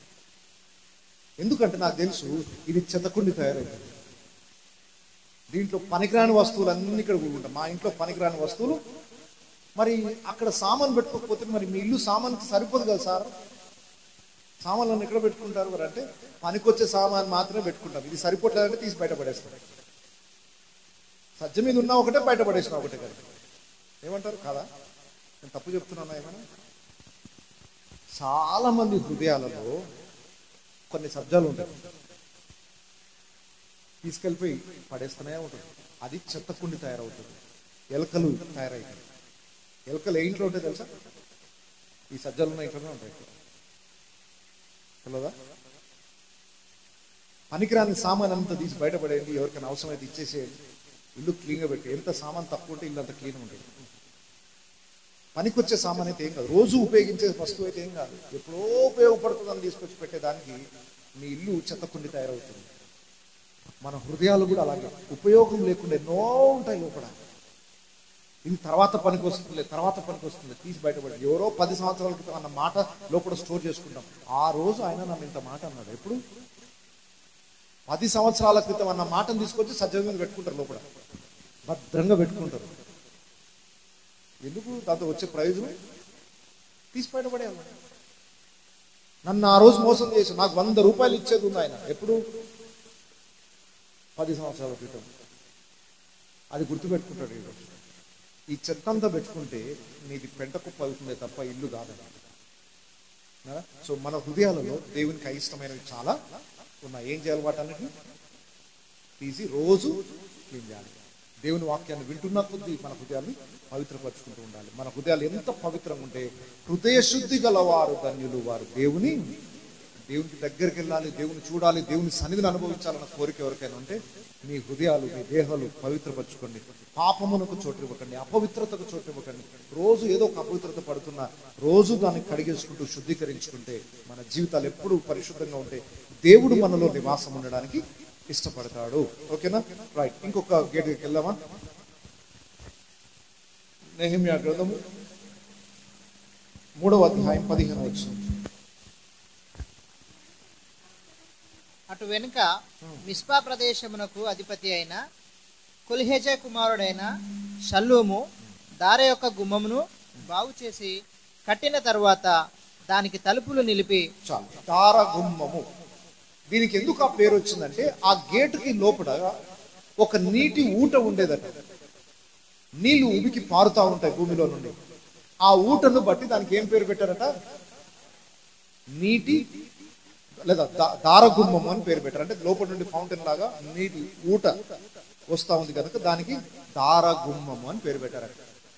దారగుమ్మము అనేది దేనికి సాదృశ్యంగా ఉంది అని అంటే, ఒకసారి యేసు ప్రభు పలికిన మాట చూడండి. యోహాను సువార్త 4వ అధ్యాయం 14వ వచనం. యోహాను సువార్త 4వ అధ్యాయం 14వ వచనం. వానిలో ఊరెడి నీటి బుగ్గగా ఉండునని ఆమెతో, ఒక సమరయ స్త్రీతో యేసు ప్రభు మాట్లాడుతున్నాడు. ఆమె నీళ్లు చేదుకోవడానికి మధ్యాహ్నం పూట బావి దగ్గరకు వచ్చింది. యేసు ప్రభు అన్నాడమ్మా, నాకు నీళ్ళు ఇస్తావా అని. ఆమెతో జరిగిన సంభాషణను బట్టి ఆమె అన్నది, అయ్యా నేను సమరయురాలు, నువ్వు యూదుడవు, యూదులు సమరయుల సాంగత్యం చేయరు, నా దగ్గర నీళ్ళు ఎట్లా అడుగుతున్నావు నువ్వు అంటే, యేసు ప్రభు అంటాడు, నేను ఎవరో తెలిస్తే నువ్వే నన్ను నీళ్ళు అడుగుతావు. నేనిచ్చు నీళ్లు త్రాగువాడు ఎన్నటికి దప్పికొనడు, నేనిచ్చు నీళ్లు త్రాగు వాని లోన ఊట ఉబికి పారుతుంది. ఇంతకు ఆయన చెప్పే నీటి ఊట ఏంటో 7వ అధ్యాయం చూడండి. యోహాను సువార్త 7వ అధ్యాయం 38వ వచనం. నా యందు విశ్వాసం ఉంచు వాడెవడో లేఖనము చెప్పినట్లు వాని కడుపులో నుండి జీవజల నదులు పారునని బిగ్గరగా చెప్పాను. 39వ వచనం. దేని గురించి చెప్తున్నాడు ఆయన? తన యందు విశ్వాసం ఉంచబో వారు పొందబో ఆత్మను గురించి ఆయన ఈ మాట చెప్పాను. దయచేసి వినండి. దారగుమ్మము పరిశుద్ధాత్మకు సాదృశ్యంగా కనబడుతుంది. యేసునందు విశ్వాసం ఉంచిన మనము పరిశుద్ధాత్మ శక్తితో కూడా నింపబడి మనలో నుండి వచ్చే ఆ దార, ఒక జీవ జల నది మనలో నుండి ప్రవహించి మనము అనేకులకు దేవుని సాక్షార్థంగా నిలబడాలి. వింటున్నారా? మనలో నుండి నీటి ఊటలు రావాలి. మనలో నుండి నీటి ఊట రావాలంటే జీవజల నది అయిన యేసయ్య ఆత్మ మనలోనికి రావాలి. అనగా సంఘములో ఉన్న ప్రతి విశ్వాసి దేవుని పరిశుద్ధాత్మతో నింపబడాలి. వింటున్నారమ్మా? రక్షింపబడడం ఒక అనుభవము, పరిశుద్ధాత్మ అభిషేకం పొందుకోవడం ఒక అనుభవం. కేవలము పాస్టర్లు మాత్రమే కాదు, దేవుడు సర్వ శరీరుల మీద నా ఆత్మను కుమరిస్తానన్నాడు. ఇక్కడున్న మీరందరూ కూడా ఈరోజు దేవుని దగ్గర మోకరించి దేవుని అడగండి, దేవా నన్ను నీ ఆత్మతో నింపు నాయనా. దేవుడు ఒక వాగ్దానం చేశాడు. మనము బంగ్లాను అడిగితే ఇవ్వకపోవచ్చేమో, దేవుడు పొలాన్ని అడిగితే ఇవ్వకపోవచ్చేమో, ఇంక ఏది అడిగినా దేవుడు ఒకవేళ ఇవ్వకుండా ఉంటాడేమో, కానీ పరిశుద్ధాత్మను అడుగు వానికి నేను నిశ్చయముగా అనుగ్రహిస్తాను. ఇంకేదైనా దేవుడు నేను ఇవ్వను అంటాడేమో, కానీ పరిశుద్ధాత్మ అభిషేకాన్ని ఎవరైతే కోరుకుంటారో వారికి తప్పకుండా దేవుడు అనుగ్రహిస్తారు. ఎవరైతే పరిశుద్ధాత్మతో నింపబడతారో వాళ్ళలో నుండి ఒక నీటి ఊట ఉబికి పారుతుంది. అంటే వారి జీవితము అనేకుల దప్పిక తీర్చగలుగుతుంది, అనేక మంది జీవితాలని వారు వెలిగించగలిగే దేవుని సాక్షులు అవుతారు. అపోస్తలుల గారి 1వ అధ్యాయంలో రాయబడింది, పరిశుద్ధాత్మ మీ మీదికి వచ్చినప్పుడు మీరు శక్తి నొందుదురు. తర్వాత ఏం చేస్తారు? యెరూషలేములోను యూదయ సమరయలోను బూదిగంతముల వరకు మీరు నాకు పరిశుద్ధాత్మ పొందుకోవడం ద్వారా ఏం లాభం? శక్తి పొందుకుంటాము. దేవుని కొరకు సాక్షులముగా నిన్ను చూసిన వాడు ప్రభు యొద్దకు రావడానికి ఇష్టపడతాడు. నీ జీవితము అనేకులకు సాక్షార్థంగా నిలిచుంటుంది. దేవుని శక్తితో నింపబడాలి. దురాత్మలతో పోరాడాలన్నా, సమస్యలతో పోరాడాలన్నా, పాపంతో పోరాడాలన్నా దేవుని శక్తి మనకు కావాలి. ప్రతి ఒక్కరి లోపల ధార అనేది ప్రవహించాలి, అనగా పరిశుద్ధాత్మ యొక్క కార్యాలు వారి జీవితాల్లో జరగాలి. కృపా వరాలు మనకు కావాలి, దేవుని పరిశుద్ధాత్మ అభిషేకం కావాలి. మరి ఇక్కడున్న వారిలో కొంతమందికి పరిశుద్ధాత్మ అంటే ఏంటో మాకు తెలియదు సార్ అని అనుకుంటే ఏం పర్వాలేదు. దేవుని పాదశంలో మోకరించి, దేవా పరిశుద్ధాత్మ అనుభవం అంటే ఏంటో నాకు తెలియదు, అయినా నాకు కావాలి పరిశుద్ధాత్మ అంటే ఏంటో, నాకు అనుభవం నేర్పించని అడగండి. దేవుడు అడుగుడి మీకు ఇవ్వబడినాడు. సో ఇప్పుడు మనం అందరం దారగుమ్మం దగ్గర రావడం అంటే అర్థం ఏంటి? అందరము దేవుని ఆత్మ చేత నింపబడాలి, దేవుని శక్తి చేత నడిపించబడుతూ అనేకులకు దీవెనకరంగా, అనేకుల ఆత్మీయ దాహాన్ని తీర్చగలిగే స్థితిలో మనము ఉండాలి. మనమే లోకానికి జీవజల నదులైన దేవుని పరిచయం చేయాల్సిన మనుషులము. ఆ శక్తిని మనం పొందుకోవడమే దారగుమ్మం. కొంచెం ఫాస్ట్గా వెళ్దాం, ఇంకొక గుమ్మం దగ్గరికి వెళ్దాం. 3వ అధ్యాయం 26వ వచనం. ఓపేలులోనున్న నెతీనీయులు తూర్పు వైపు నీటి గుమ్మము ప్రక్కను, తూర్పు వైపు నీటి గుమ్మము. ఇంకొక గుమ్మం పేరేంటి? దార గుమ్మంకి పక్కనే ఉన్న గుమ్మం పేరేంటి? నీటి గుమ్మం. దార నీరు ఒకటే కదా, కానీ సపరేట్ గా గుమ్మాల పేర్లు పెట్టబడ్డాయి. ఎందుకు దానికి నీటి గుమ్మం అని పేరు పెట్టారంటే, బయటున్న యోర్దాను నదిలో నుండి ఈ పట్టణానికి కావలసిన నీళ్లను మోసుకుంటూ వస్తారు. ఆల్రెడీ నీటి ఊట నీళ్లు కావాలి, ఆ పట్టణానికి బయటున్న యోర్దాను నది నీళ్లు కూడా కావాలి. ఈ పట్టణంలో ఉన్న ప్రజలు వారి ప్రాణములు తెప్పరిల్ల చేయబడదు. నీళ్లతో ఉపయోగం ఏంటి చెప్పండి? మన ప్రాణమును ఏం చేస్తుంది? తెప్పరిల్ల చేస్తుంది. బాగా గుంటె ఎట్టుకుపోతుంది, దాహం వేస్తుంది, నీళ్లు తాగగానే కొంచెం ప్రాణం లేచి వస్తుంది. నీళ్లు మనల్ని బ్రతికిస్తాయి. నీళ్లు మనం తాగడం ద్వారా మన ప్రాణం ఒక ఉద్యమంలోనికి వస్తుంది. ప్రాణమును ఉత్తేజింపజేయడమే కాదు, పవిత్రపరచడానికి కూడా నీళ్లు. ఇప్పుడు మనము స్నానం చేసుకోవడానికి నీళ్లు వాడతాం, బట్టలు ఉతుక్కోవడానికి. నీళ్లు లేకుండా పవిత్రపరచుకోవడం దేంతో శుద్ధీకరించుకోగలుగుతాం? నీళ్లు పవిత్రత చేయడానికి ఉపయోగపడతాయి. సో దయచేసి గమనించండి, దేవుని వాక్యము నీళ్లతో పోల్చబడింది. ఎఫెసీ పత్రిక 5వ అధ్యాయం చూస్తే, వాక్యమును ఉదక స్నానము చేత ఆయన తన సంఘాన్ని పవిత్రపరిచాడు. సో అన్ని రెఫరెన్స్ చదవడానికి టైం లేదు, కానీ గుర్తుపెట్టుకోండి, దేవుని వాక్యం దేంతో పోల్చబడింది? నీటితో పోల్చబడింది. ఇప్పుడు మన ప్రాణము తెప్పరిల్ల చేయబడాలి, ఉజ్జింపజేయాలంటే వాక్యం అనే నీళ్లు మనకు కావాలి. రెండవది, మనం శుద్ధీకరించబడుతూ ఉండాలి, మనం కడగబడుతూ ఉండాలంటే ఏం కావాలి? బయటికి వెళ్ళేసి వస్తాం, దుమ్ము పట్టిందని ఇంటికి రాగానే కాళ్ళ మీద 2 చెంబులు నీళ్లు పోసుకుంటాం, అంటే కాళ్ళకున్న దుమ్ము తొలగిపోతుంది. ప్రతిసారి మనము శుద్ధీకరించుకోవాలంటే మనకు కావాల్సింది దేవుని వాక్యం అనే జలములు. యవనులు దేని చేత తమ నడతను శుద్ధి చేసుకుందరు? దేవుని వాక్యమును బట్టి దాన్ని చూచుకున్నట చేతనే కదా.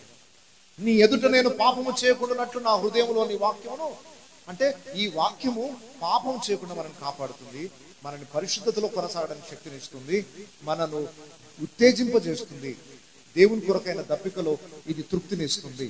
సో దయచేసి గమనించండి, నీటి గుమ్మం దగ్గర చేసే పని ఏంటంటే, బయటున్న నది నీళ్లు కడవల మీద, ఒంటెల మీద, రకరకాల జంతువుల మీద పాత్రల్లో మోసుకొని వచ్చి పట్టణాల్లో ఉన్న దాహాన్ని తీరుస్తారన్నమాట. ఈనాడు దేవుని మందిరాలలో దేవుని వాక్యాన్ని మోసుకొని వచ్చే వాళ్ళు కరువు అయిపోయారండి. ఒక్కసారి ఊహించుకోండి, మన ఊర్లో నీళ్లు రాలేదు, కరువు వచ్చింది అనుకోండి, ఎలా ఉంటుంది పరిస్థితి? ఒక 3-4 సంవత్సరాలు వర్షాలు పడలేదు, బావులు ఎండిపోయాయి, చెరువులు ఎండిపోయాయి, నల్లలు రావట్లేవు, బోర్లు ఎండిపోయాయి, పరిస్థితి ఎట్లా ఉంటుందో ఊహించుకోండి. నీళ్లు లేకపోతే ప్రాణం తల్లడిల్లిపోయినట్టు, వాక్యం లేకపోతే ప్రాణం తల్లడిల్లిపోతుంది. ఈరోజు భయంకరమైన పరిస్థితి ఏంటంటే, ఆ గుమ్మంలో నుండి నీళ్లు మోసుకొని వచ్చే సేవకులు కనబడట్లేదు, వాక్యాన్ని మోసుకొని రావట్లేదు ఎవరు. పట్టణంలో ఉన్న దాహాన్ని తీర్చే ప్రయత్నం ఈనాటి సేవకులు చేయట్లేదు. లోకంలో అన్ని వార్తలు తీసుకొచ్చి చెప్తున్నారే కానీ బైబిల్లో ఉన్న వాక్యం చెప్పలేని పరిస్థితి ఈరోజు బోధకుల్లో. ఎంత భయంకరమైన పరిస్థితి! ఆ కబురు ఈ కబుర్లు చెప్పుకుంటూ కాలం గడిపేస్తున్నారు. జీవజల నది దేవుని వాక్యము, పరిశుద్ధాత్మ చేత రాయింపబడిన ఈ వాక్యాన్ని గురించి చెప్పే బోధకులు చాలా అరుదుగా అయిపోయారు ఈ రోజుల్లో. ప్రజలకు కూడా అదే అయిపోయింది. మీరు బైబిల్ గురించి చెప్పకండి సార్, ఆ ఊరు కథ చెప్పండి, ఈ ఊరు కథ చెప్పండి, అక్కడ ఇలా జరిగింది, ఇలా ఇక్కడ ఇలా జరిగింది, 4 జోకులు వేసి చెప్పండి సార్, రాత్రి వరకు వినమన్నా వింటాం అనే పరిస్థితుల్లో విశ్వాసులు ఉన్నారు. విశ్వాసులకు ఏది ఇష్టమో అదే చెప్పే అలవాటుకు పాస్టర్లు దిగబడిపోయారు. పట్టణానికి నీళ్లు కరువైపోయాయి. ఈరోజు దేవుని సంఘాలు ఎడారిలాగా మారిపోతున్నాయి. ఫలించట్లేదు, చిగురించట్లేదు. అప్పటి వరకు ఎడారిగా ఉన్న ప్రాంతం ఒక్క వర్షపు చినుకు పడగానే మరలా చిగురించినట్టుగా ఈరోజు ఏ ఏ సంఘాలలోనికి దేవుని వాక్యపు జలములు వస్తాయో అక్కడ పంటలు బాగా పండుతాయి. హల్లెలూయా. ఈరోజు జరిగే పని అదే. ఎందుకు ఈరోజు ప్రత్యేకంగా మీ అయ్యగారు మీటింగ్ ఏర్పాటు చేసి వాక్యం చెప్పిస్తున్నారు? వాళ్ళు చెప్పారు 3 గంటలైనా వింటారని. చాలా సంతోషం. మీరు నిజంగానే చాలా ఓపిక ఉంది, నాకంటే ఎక్కువ ఓపిక ఉంది మీకు. ఓకే, నేను ఇంకో గంట చెప్పినా వినేటట్టే ఉన్నారు. ఏ సంఘములోనికి జలములు ఎక్కువ వస్తాయో పంట బాగా, జలము లేకపోతే చిగురు, చెట్లు వాడిపోతాయి, ఎండిపోతాయి. ఏంటో సార్ మా చర్చ అస్సలు ఎదగట్లేదు సార్, మా పంటలు అస్సలు పండట్లేదు అంటే నీళ్లు సరిగా పెట్టట్లేదు. అంతకుమించి ఏముంది మరి? నీళ్లు పెట్టినా కొన్నిసార్లు తెగుళ్ళు వస్తాయి, దానికి కొన్ని మందులు వాడాలి. నీళ్లు పెడుతున్నా కూడా పంట ఎదగట్లేదంటే దానికి ఇంకొక సమస్య ఉండొచ్చు. చాలా పంటలు నీళ్లు పెట్టనందుకు పాడవుతున్నాయి. దేవుని వాక్యము బ్రతికిస్తుంది. నీ వాక్యము రకరకాల 2 వచనాలు. నీ వాక్యము నా పాదములకు దీపు, నా త్రోపు. అది మాత్రమే కాదు, నీ వాక్యమే నన్ను బ్రతికించుచున్నది అంటాడు. ఏం చేస్తుందట? మనుషుడు రొట్టె వలన మాత్రము కాదు కానీ దేవుని నోటి నుండి వచ్చి ప్రతి మాట వలన. అసలు మనం బ్రతికించే జలములే ఈ వాక్యం. పరిశుద్ధాత్మ కావాలి, దేవుని వాక్యం. ఈ 2 జలాలు రావాలి మనకి. కొన్ని సంఘాల్లో సమస్య ఏంటంటే వాక్య జలం బాగుంటుంది, పరిశుద్ధాత్మ అభిషేకాన్ని పట్టించుకోరు. కొన్ని సంఘాలలో పరిశుద్ధాత్మ కార్యాలు, పరిశుద్ధాత్మ అంటారు, వాక్యాన్ని పట్టించుకోరు. 2 ప్రమాదం. సంఘము క్షేమాభివృద్ధిని పొందాలంటే నీటి గుమ్మం కావాలి, దార గుమ్మం కావాలి. అర్థమవుతుందా మీకు? ఓ కృపావరాలు, స్వస్థతలు, అద్భుతాలు ఇది ఒక్కదాని మీద ఫోకస్ చేయొద్దు. వాక్యం కావాలి. ఓన్లీ వాక్యమే కాదు, దేవుని బలమైన కార్యాలు, రెండింటిని బ్యాలెన్స్ చేయాలి. 2 కావాలి పట్టణానికి. పట్టణం బాగుండాలంటే. కాబట్టి పరిశుద్ధాత్మ కార్యాలు, దేవుని వాక్యం రెండింటిని ప్రేమిద్దాం, దేవుని కృపను పొందుకొని ఎదుగుదాం. ఓకేనా? ఎన్ని గుమ్మాలని? ఓకే, 28వ వచనం. గుర్రపు గుమ్మమునకు పైగా యాజకులందరూ తమ ఇండ్లకు ఎదురుగా బాగు చేసిరి. 8వ గుమ్మం పేరేంటి? గుర్రపు గుమ్మము. ఎక్కడుంది? ఒక 2 అయిపోయినాయి. ఆ గుమ్మానికి పెట్టుకుందాం ఆ పేరు. ఓకే, దానికి ఏం పేరు పెడదాం? ఎందుకు దానికి గుర్రపు గుమ్మం అని అంటే, గుర్రము అనగానే గుర్తుపెట్టుకోండి, యుద్ధాలకు ఉపయోగించే జంతువు.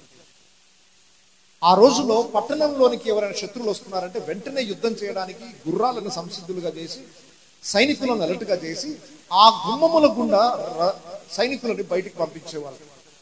ఆ గుర్రాలని తీసుకొని వచ్చే ఆ గుమ్మానికి ఏం పేరు పెట్టారు? రైట్. ఆ రోజుల్లో ఎక్కువ గుర్రాలు దేని కొరకు వాడేవారు? యుద్ధాలు చేయడానికి. ఇప్పుడు గుర్తుపెట్టుకోండి, మనమందరము గుర్రము యొక్క గుమ్మం అనుభవంలోనికి రావాలి అంటే అర్థం ఏంటో తెలుసా? దేవుని బిడ్డలందరూ మంచి సైనికులు కావాలి. ఎలా కావాలి? పౌలు భక్తుడు తన ప్రియ శిష్యుడైన తిమోతికి చెప్పాడు, క్రీస్తు యేసు యొక్క మంచి సైనికుని వలె నీవు పోరాడాలి. పౌలు గారు చనిపోయే ముందు ఆయన ఒక మాట అన్నాడు, మంచి పోరాటము. ఇక్కడున్న మనం అందరము పోరాటంలో ఉన్నామన్న సంగతి తెలుసా? రోజు ఏదో ఒక పరిస్థితితో పోరాడుతూనే ఉండాలి. మనం భూమి మీద మానవుల జీవితం యుద్ధ కాలము. రోజు వ్యాధులతో పోరాడుతుండాలి, రకరకాల సమస్యలతో పోరాడుతుండాలి, ఆర్థిక ఇబ్బందులు, పాపం అనే శరీరాశ, భయంకరమైన సమస్యలతో రోజు పోరాడుతూనే ఉండాలి. అయితే సమస్యను చూసి పరిగెత్తే స్థితిలో మనం ఉండద్దు, సమస్యను ఎదుర్కోగలిగిన స్థాయిలో మనం ఉండాలి. గుర్రానికి ఉన్న కొన్ని ప్రత్యేక లక్షణాలు ఉన్నాయి, బైబిల్లో రాయబడ్డాయి. పరమగీతంలో రాయబడిన మాట ఏంటంటే, దేవుడు విశ్వాసం దేంతో పోల్చాడో తెలుసా?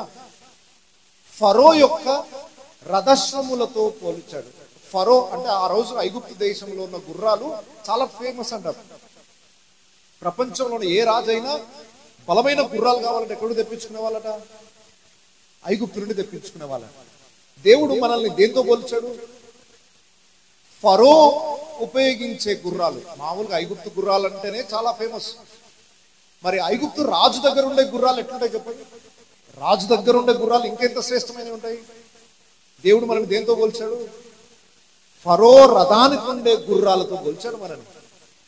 అంటే దేవుని కొరకు యుద్ధ సన్నద్ధులు ఎవరుంటారో, ప్రతి సమస్యను చూసి పిరికితనంతో పారిపోయే వాళ్ళు కాదు దేవుని బిడ్డలు. దేవుడు పిరికితనము గల ఆత్మను మనకు ఇవ్వలేదు, ప్రేమయు శక్తియు ఇంద్రియ నిగ్రహము గల ఆత్మనే అనుగ్రహించాడు. సో దయచేసి ప్రతి క్రైస్తవుడు ఒక మంచి సైనికుడై ఉండాలి. అయితే ఎవరితో మన పోరాటము? ఇంటి పక్కలతోనా?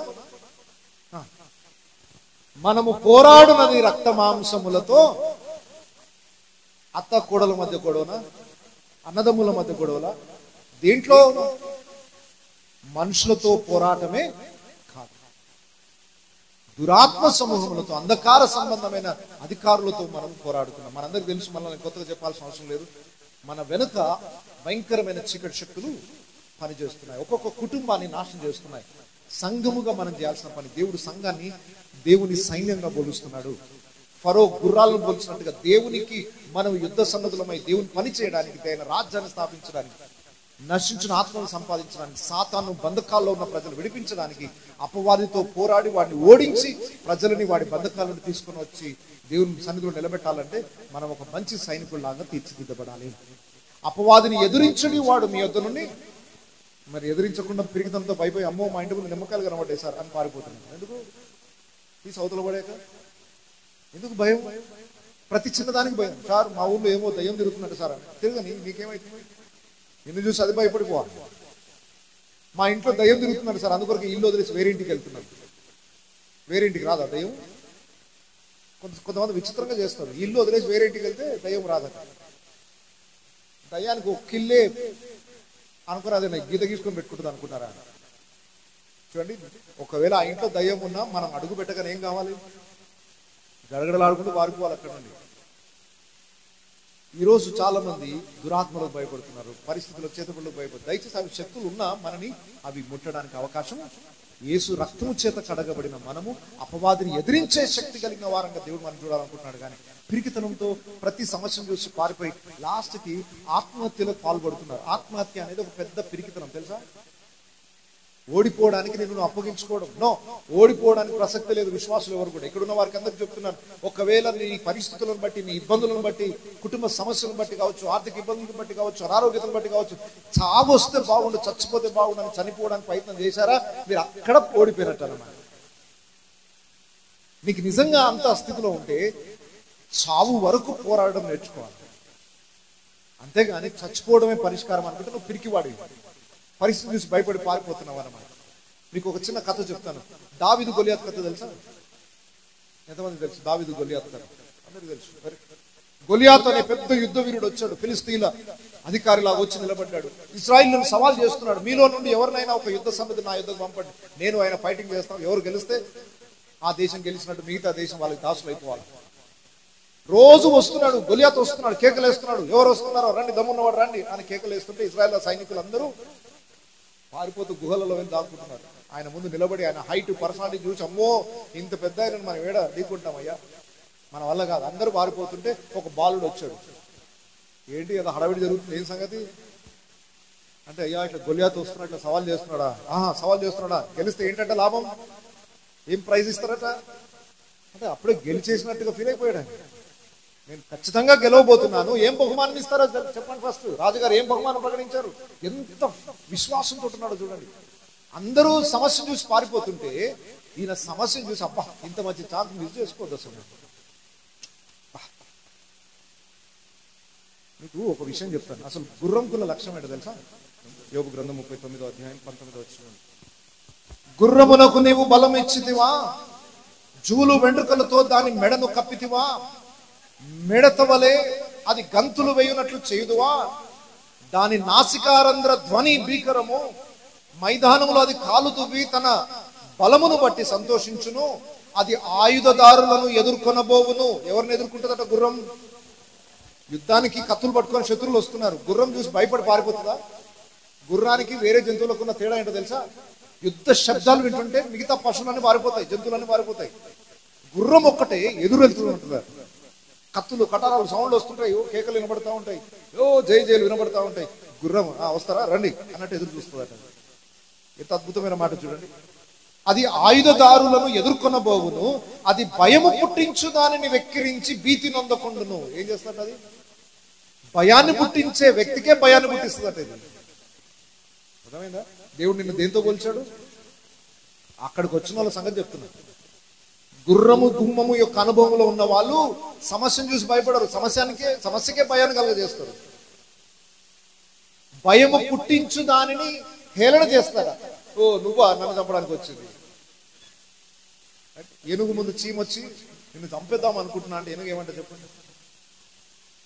నిన్ను ముక్కలు ముక్కలు చేద్దాం అనుకుంటున్నా అని చీమొచ్చి మాట్లాడుతున్నా అనుకోండి, ఏనుగు ప్లేస్ లో మీరుంటే ఎట్లా ఫీల్ అవుతారు చెప్పండి? జోక్ లాగా అనిపించదు అంటే ఎగిరిపోతావు. నన్ను ముక్కలు ముక్కలు చేస్తావా అంటే అది భయపెట్టించడానికి ట్రై చేస్తుంటే నవ్వుకోవడం అన్నమాట. సమస్యలు అపవాది క్రియలు మన మీదకి వచ్చి ఓ నిన్ను అది చేస్తా ఇది చేస్తా అంటే నవ్వుకోవాలంటే నువ్వు ఏం చేయగలుగుతావు? సాతానా మీకు విరోధముగా రూపింపబడు ఏ ఆయుధము మర్చిపోయారా వాగ్దానం? గుర్రము లక్షణాలు చూడండి. అది భయము పుట్టించు దానిని వెక్కిరించి భీతి నొందకుండును, ఖడ్గమును చూచి వెనకకు తిరగదు, అంబుల పొదియు తలతలలాడు ఈటలను బల్లెమును దాని మీద గలగలలాడించినప్పుడు ఉద్దండ కోపముతో అది బహుగా పరుగెత్తును. అది బాకానాదము విని ఊరకుండదు. బాకానాదము వినినప్పుడల్లా అంటే యుద్ధానికి సంబంధించిన బూర ఊదినప్పుడల్లా, ఇదిగో పోరాటం జరగబోతుంది అన్నప్పుడల్లా అమ్మ బాబోయ్ అని పారిపోతే ఎక్కడో తలదాచుకోదు. ఏం చేస్తారట చూడండి. నాకు ఈ వచనం బాగా నచ్చింది. అది ఏమంటదట గుర్రం? బాకానాదము వినబడినప్పుడల్లా, ఇదిగో యుద్ధం రాబోతుంది అని వినబడినప్పుడల్లా అది ఆహా ఆహా అనుకొని దూరము నుండి యుద్ధ వాసన తెలుసుకొని, అబ్బా ఎంత గొప్ప మాట ఇది. ఒక సమస్యను చూసి అయ్యో బాబోయ్ అనుకుంటూ పారిపోయేది కాదు. ఇంత మంచి ఛాన్స్, ఆహా అస్సలు పోరాడితే ఇట్లాంటి వాడితో పోరాడాలి. అది ఛాంపియన్స్ కున్న లక్షణాలు. ఎవరికి? ఆటగాళ్ళు అంటారు చూసారా, మంచి ఆటగాళ్ళు. మంచి ఆట వారికి సంతోషాన్ని ఇస్తుంది. అబ్బా నాతోటి జట్టి కడితే అట్లాంటి వాడు రావాలి. సమస్యను చూసి కుంగిపోయి బాధపడిపోయి అయ్యో అనడం కాదు, ఆహా అనాలి. ఏమనాలి? ఒకసారి అయ్యో అని 100 సార్లు అన్నారు కానీ ఆహా ఆహా అనని దేని చూసి అంటారా? ఇప్పుడు నుండి గుర్తుపెట్టుకోండి, జీవితంలో ఏ సమస్య వచ్చినా ఏమనాలి మీరు? ఇది జీవితం అంటే. నిజంగా చెప్తున్నాను, దేవుని బిడ్డలు అలాగే ఉండాలి.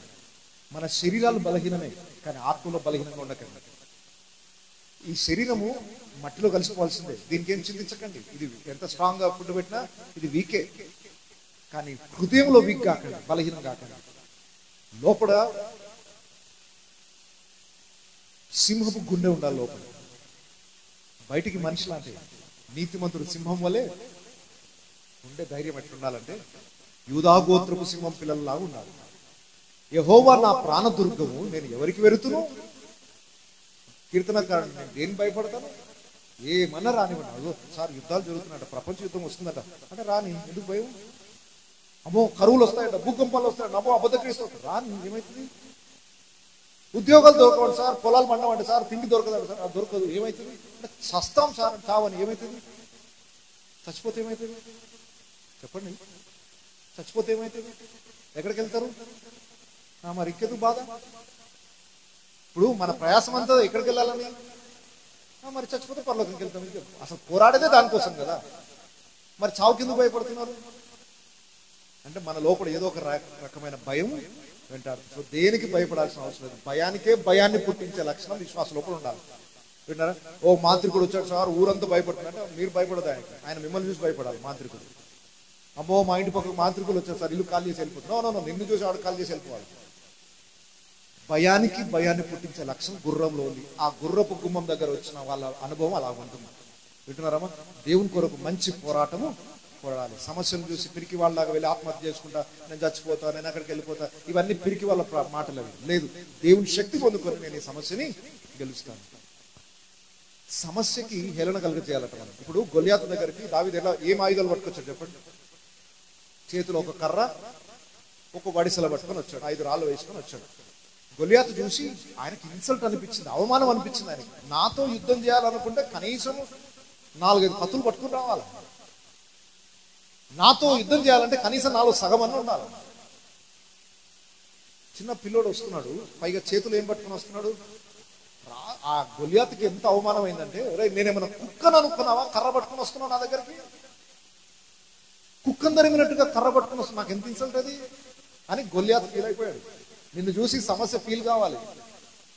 అది పెద్ద సమస్య, పెద్ద కత్తి తీసుకుని రావాలి, ఏం లేదు, సింపుల్. అది విశ్వాసం ద్వారా సమస్తము సాధ్యమైంది.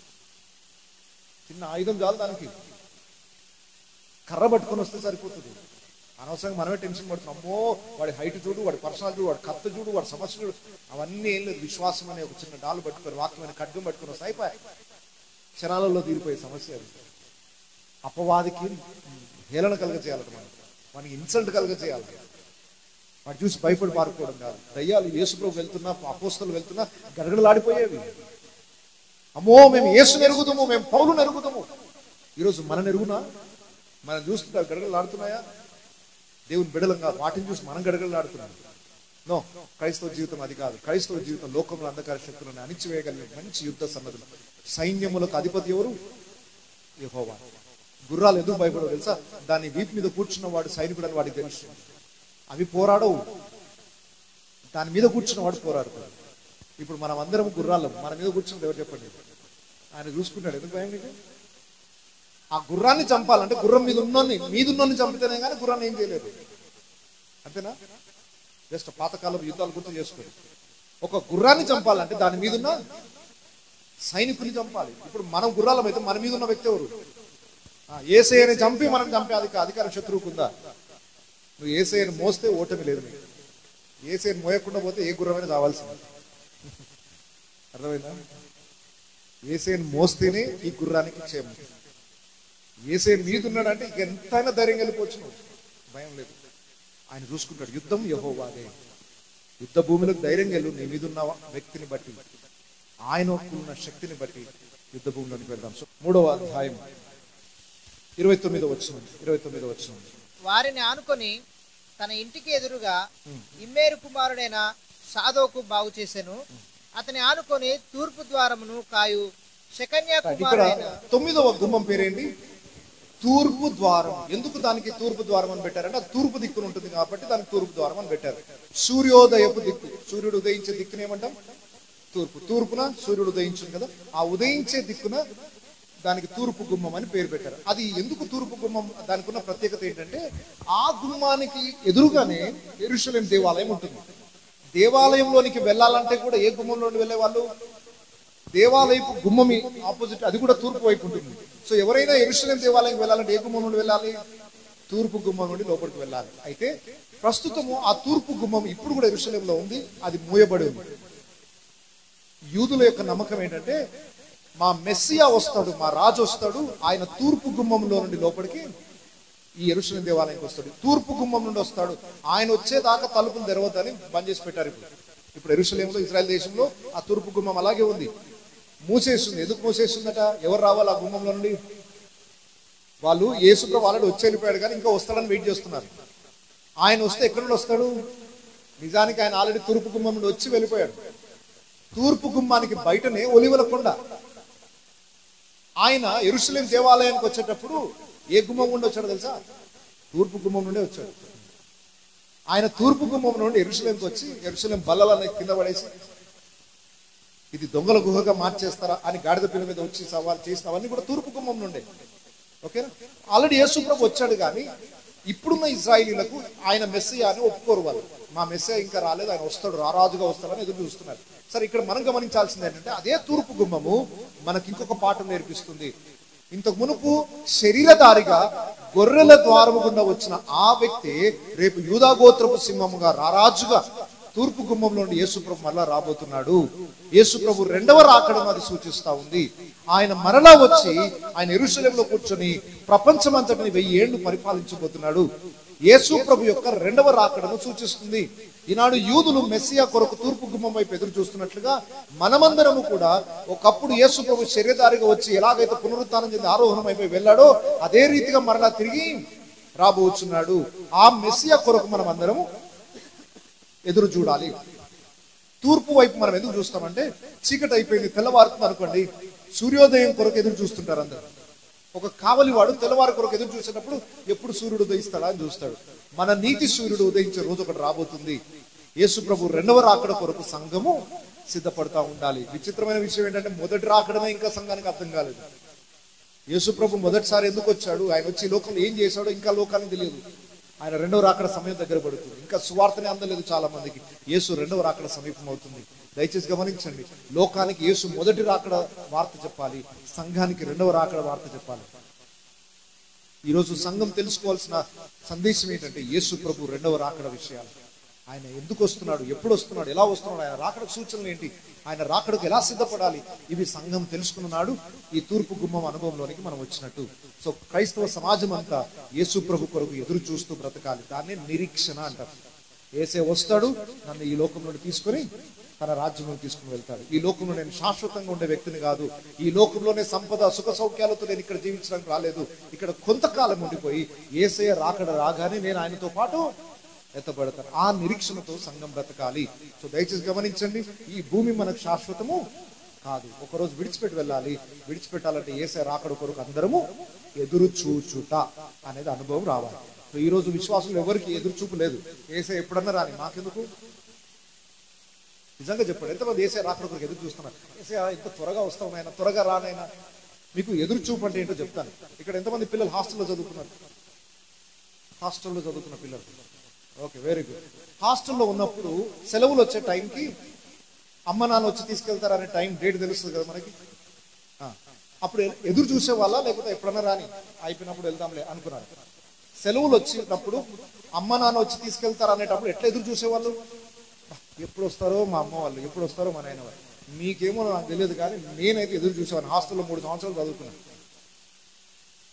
30 రోజుల ముందే పేపర్ మీద 30 నెంబర్లు వేసుకునేటోళ్ళు. ఒక రోజు అయిపోగానే 30 కొట్టేసేటోళ్ళు. అంటే ఇంకెన్ని రోజులు ఉంది? ఇంకా 29 రోజులు ఉంది. మా నాన్న వచ్చి నన్ను తీసుకెళ్ళిపోతాడు. ఈ జైలు నుండి నాకు విడుదల, ఈ హాస్టల్ నుండి మళ్ళీ ఇంటికి వెళ్ళిపోతాను అని మళ్ళీ పడుకొని లేచినాక 29 ఏం చేయాలి? ఇంకా 28 రోజులు, ఇంకెప్పుడు అయిపోతుంది, ఇంకెప్పుడు లాస్ట్ 1 డే అది కొట్టేసాం. ఎంత ఆనందమో! అది కొట్టేసినా ఇంకా రాడు మా డాడీ. పరీక్ష అయిపోయింది, 1 గంట అయిపోయింది, 2 అయిపోయింది, ఇంకా రాట్లేదు. ఆయన వచ్చేసరికి సాయంత్రం అవుతుంది. ఆయన వచ్చేసరికి గేట్ ముందు చూస్తా ఉంటాయి, ఎప్పుడు వస్తారా? అందరు పేరెంట్స్ వస్తున్నారు, అందరు తీసుకెళ్ళిపోతున్నారు. మా డాడీ ఎప్పుడు వస్తాడు? ఎదురు చూచుట అంటే అది. ఇప్పుడు చెప్పండి, యేసయ్య కొరకు ఎంతమంది ఎదురు చూస్తున్నారు? యేసయ్య కొరకు ఎంతమంది ఎదురు చూస్తున్నారు? అందరు ఎదురు చూస్తున్నారా? ఆహా,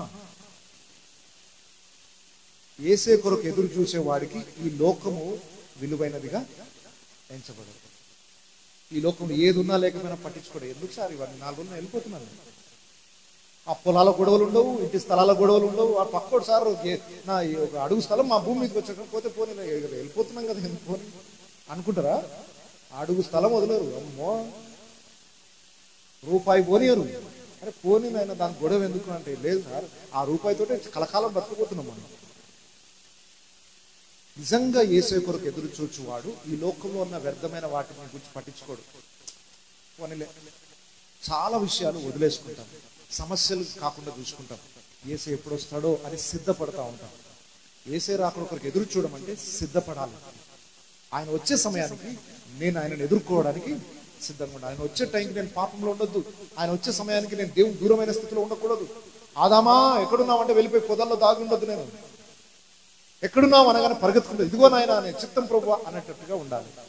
అలా ఉండాలంటే ఈరోజు మన హృదయాలలో దేవుని విరుద్ధమైనది ఏది ఉండకూడదు. అయిపోయిందా? 9వ గుమ్మం అయిపోయిందా?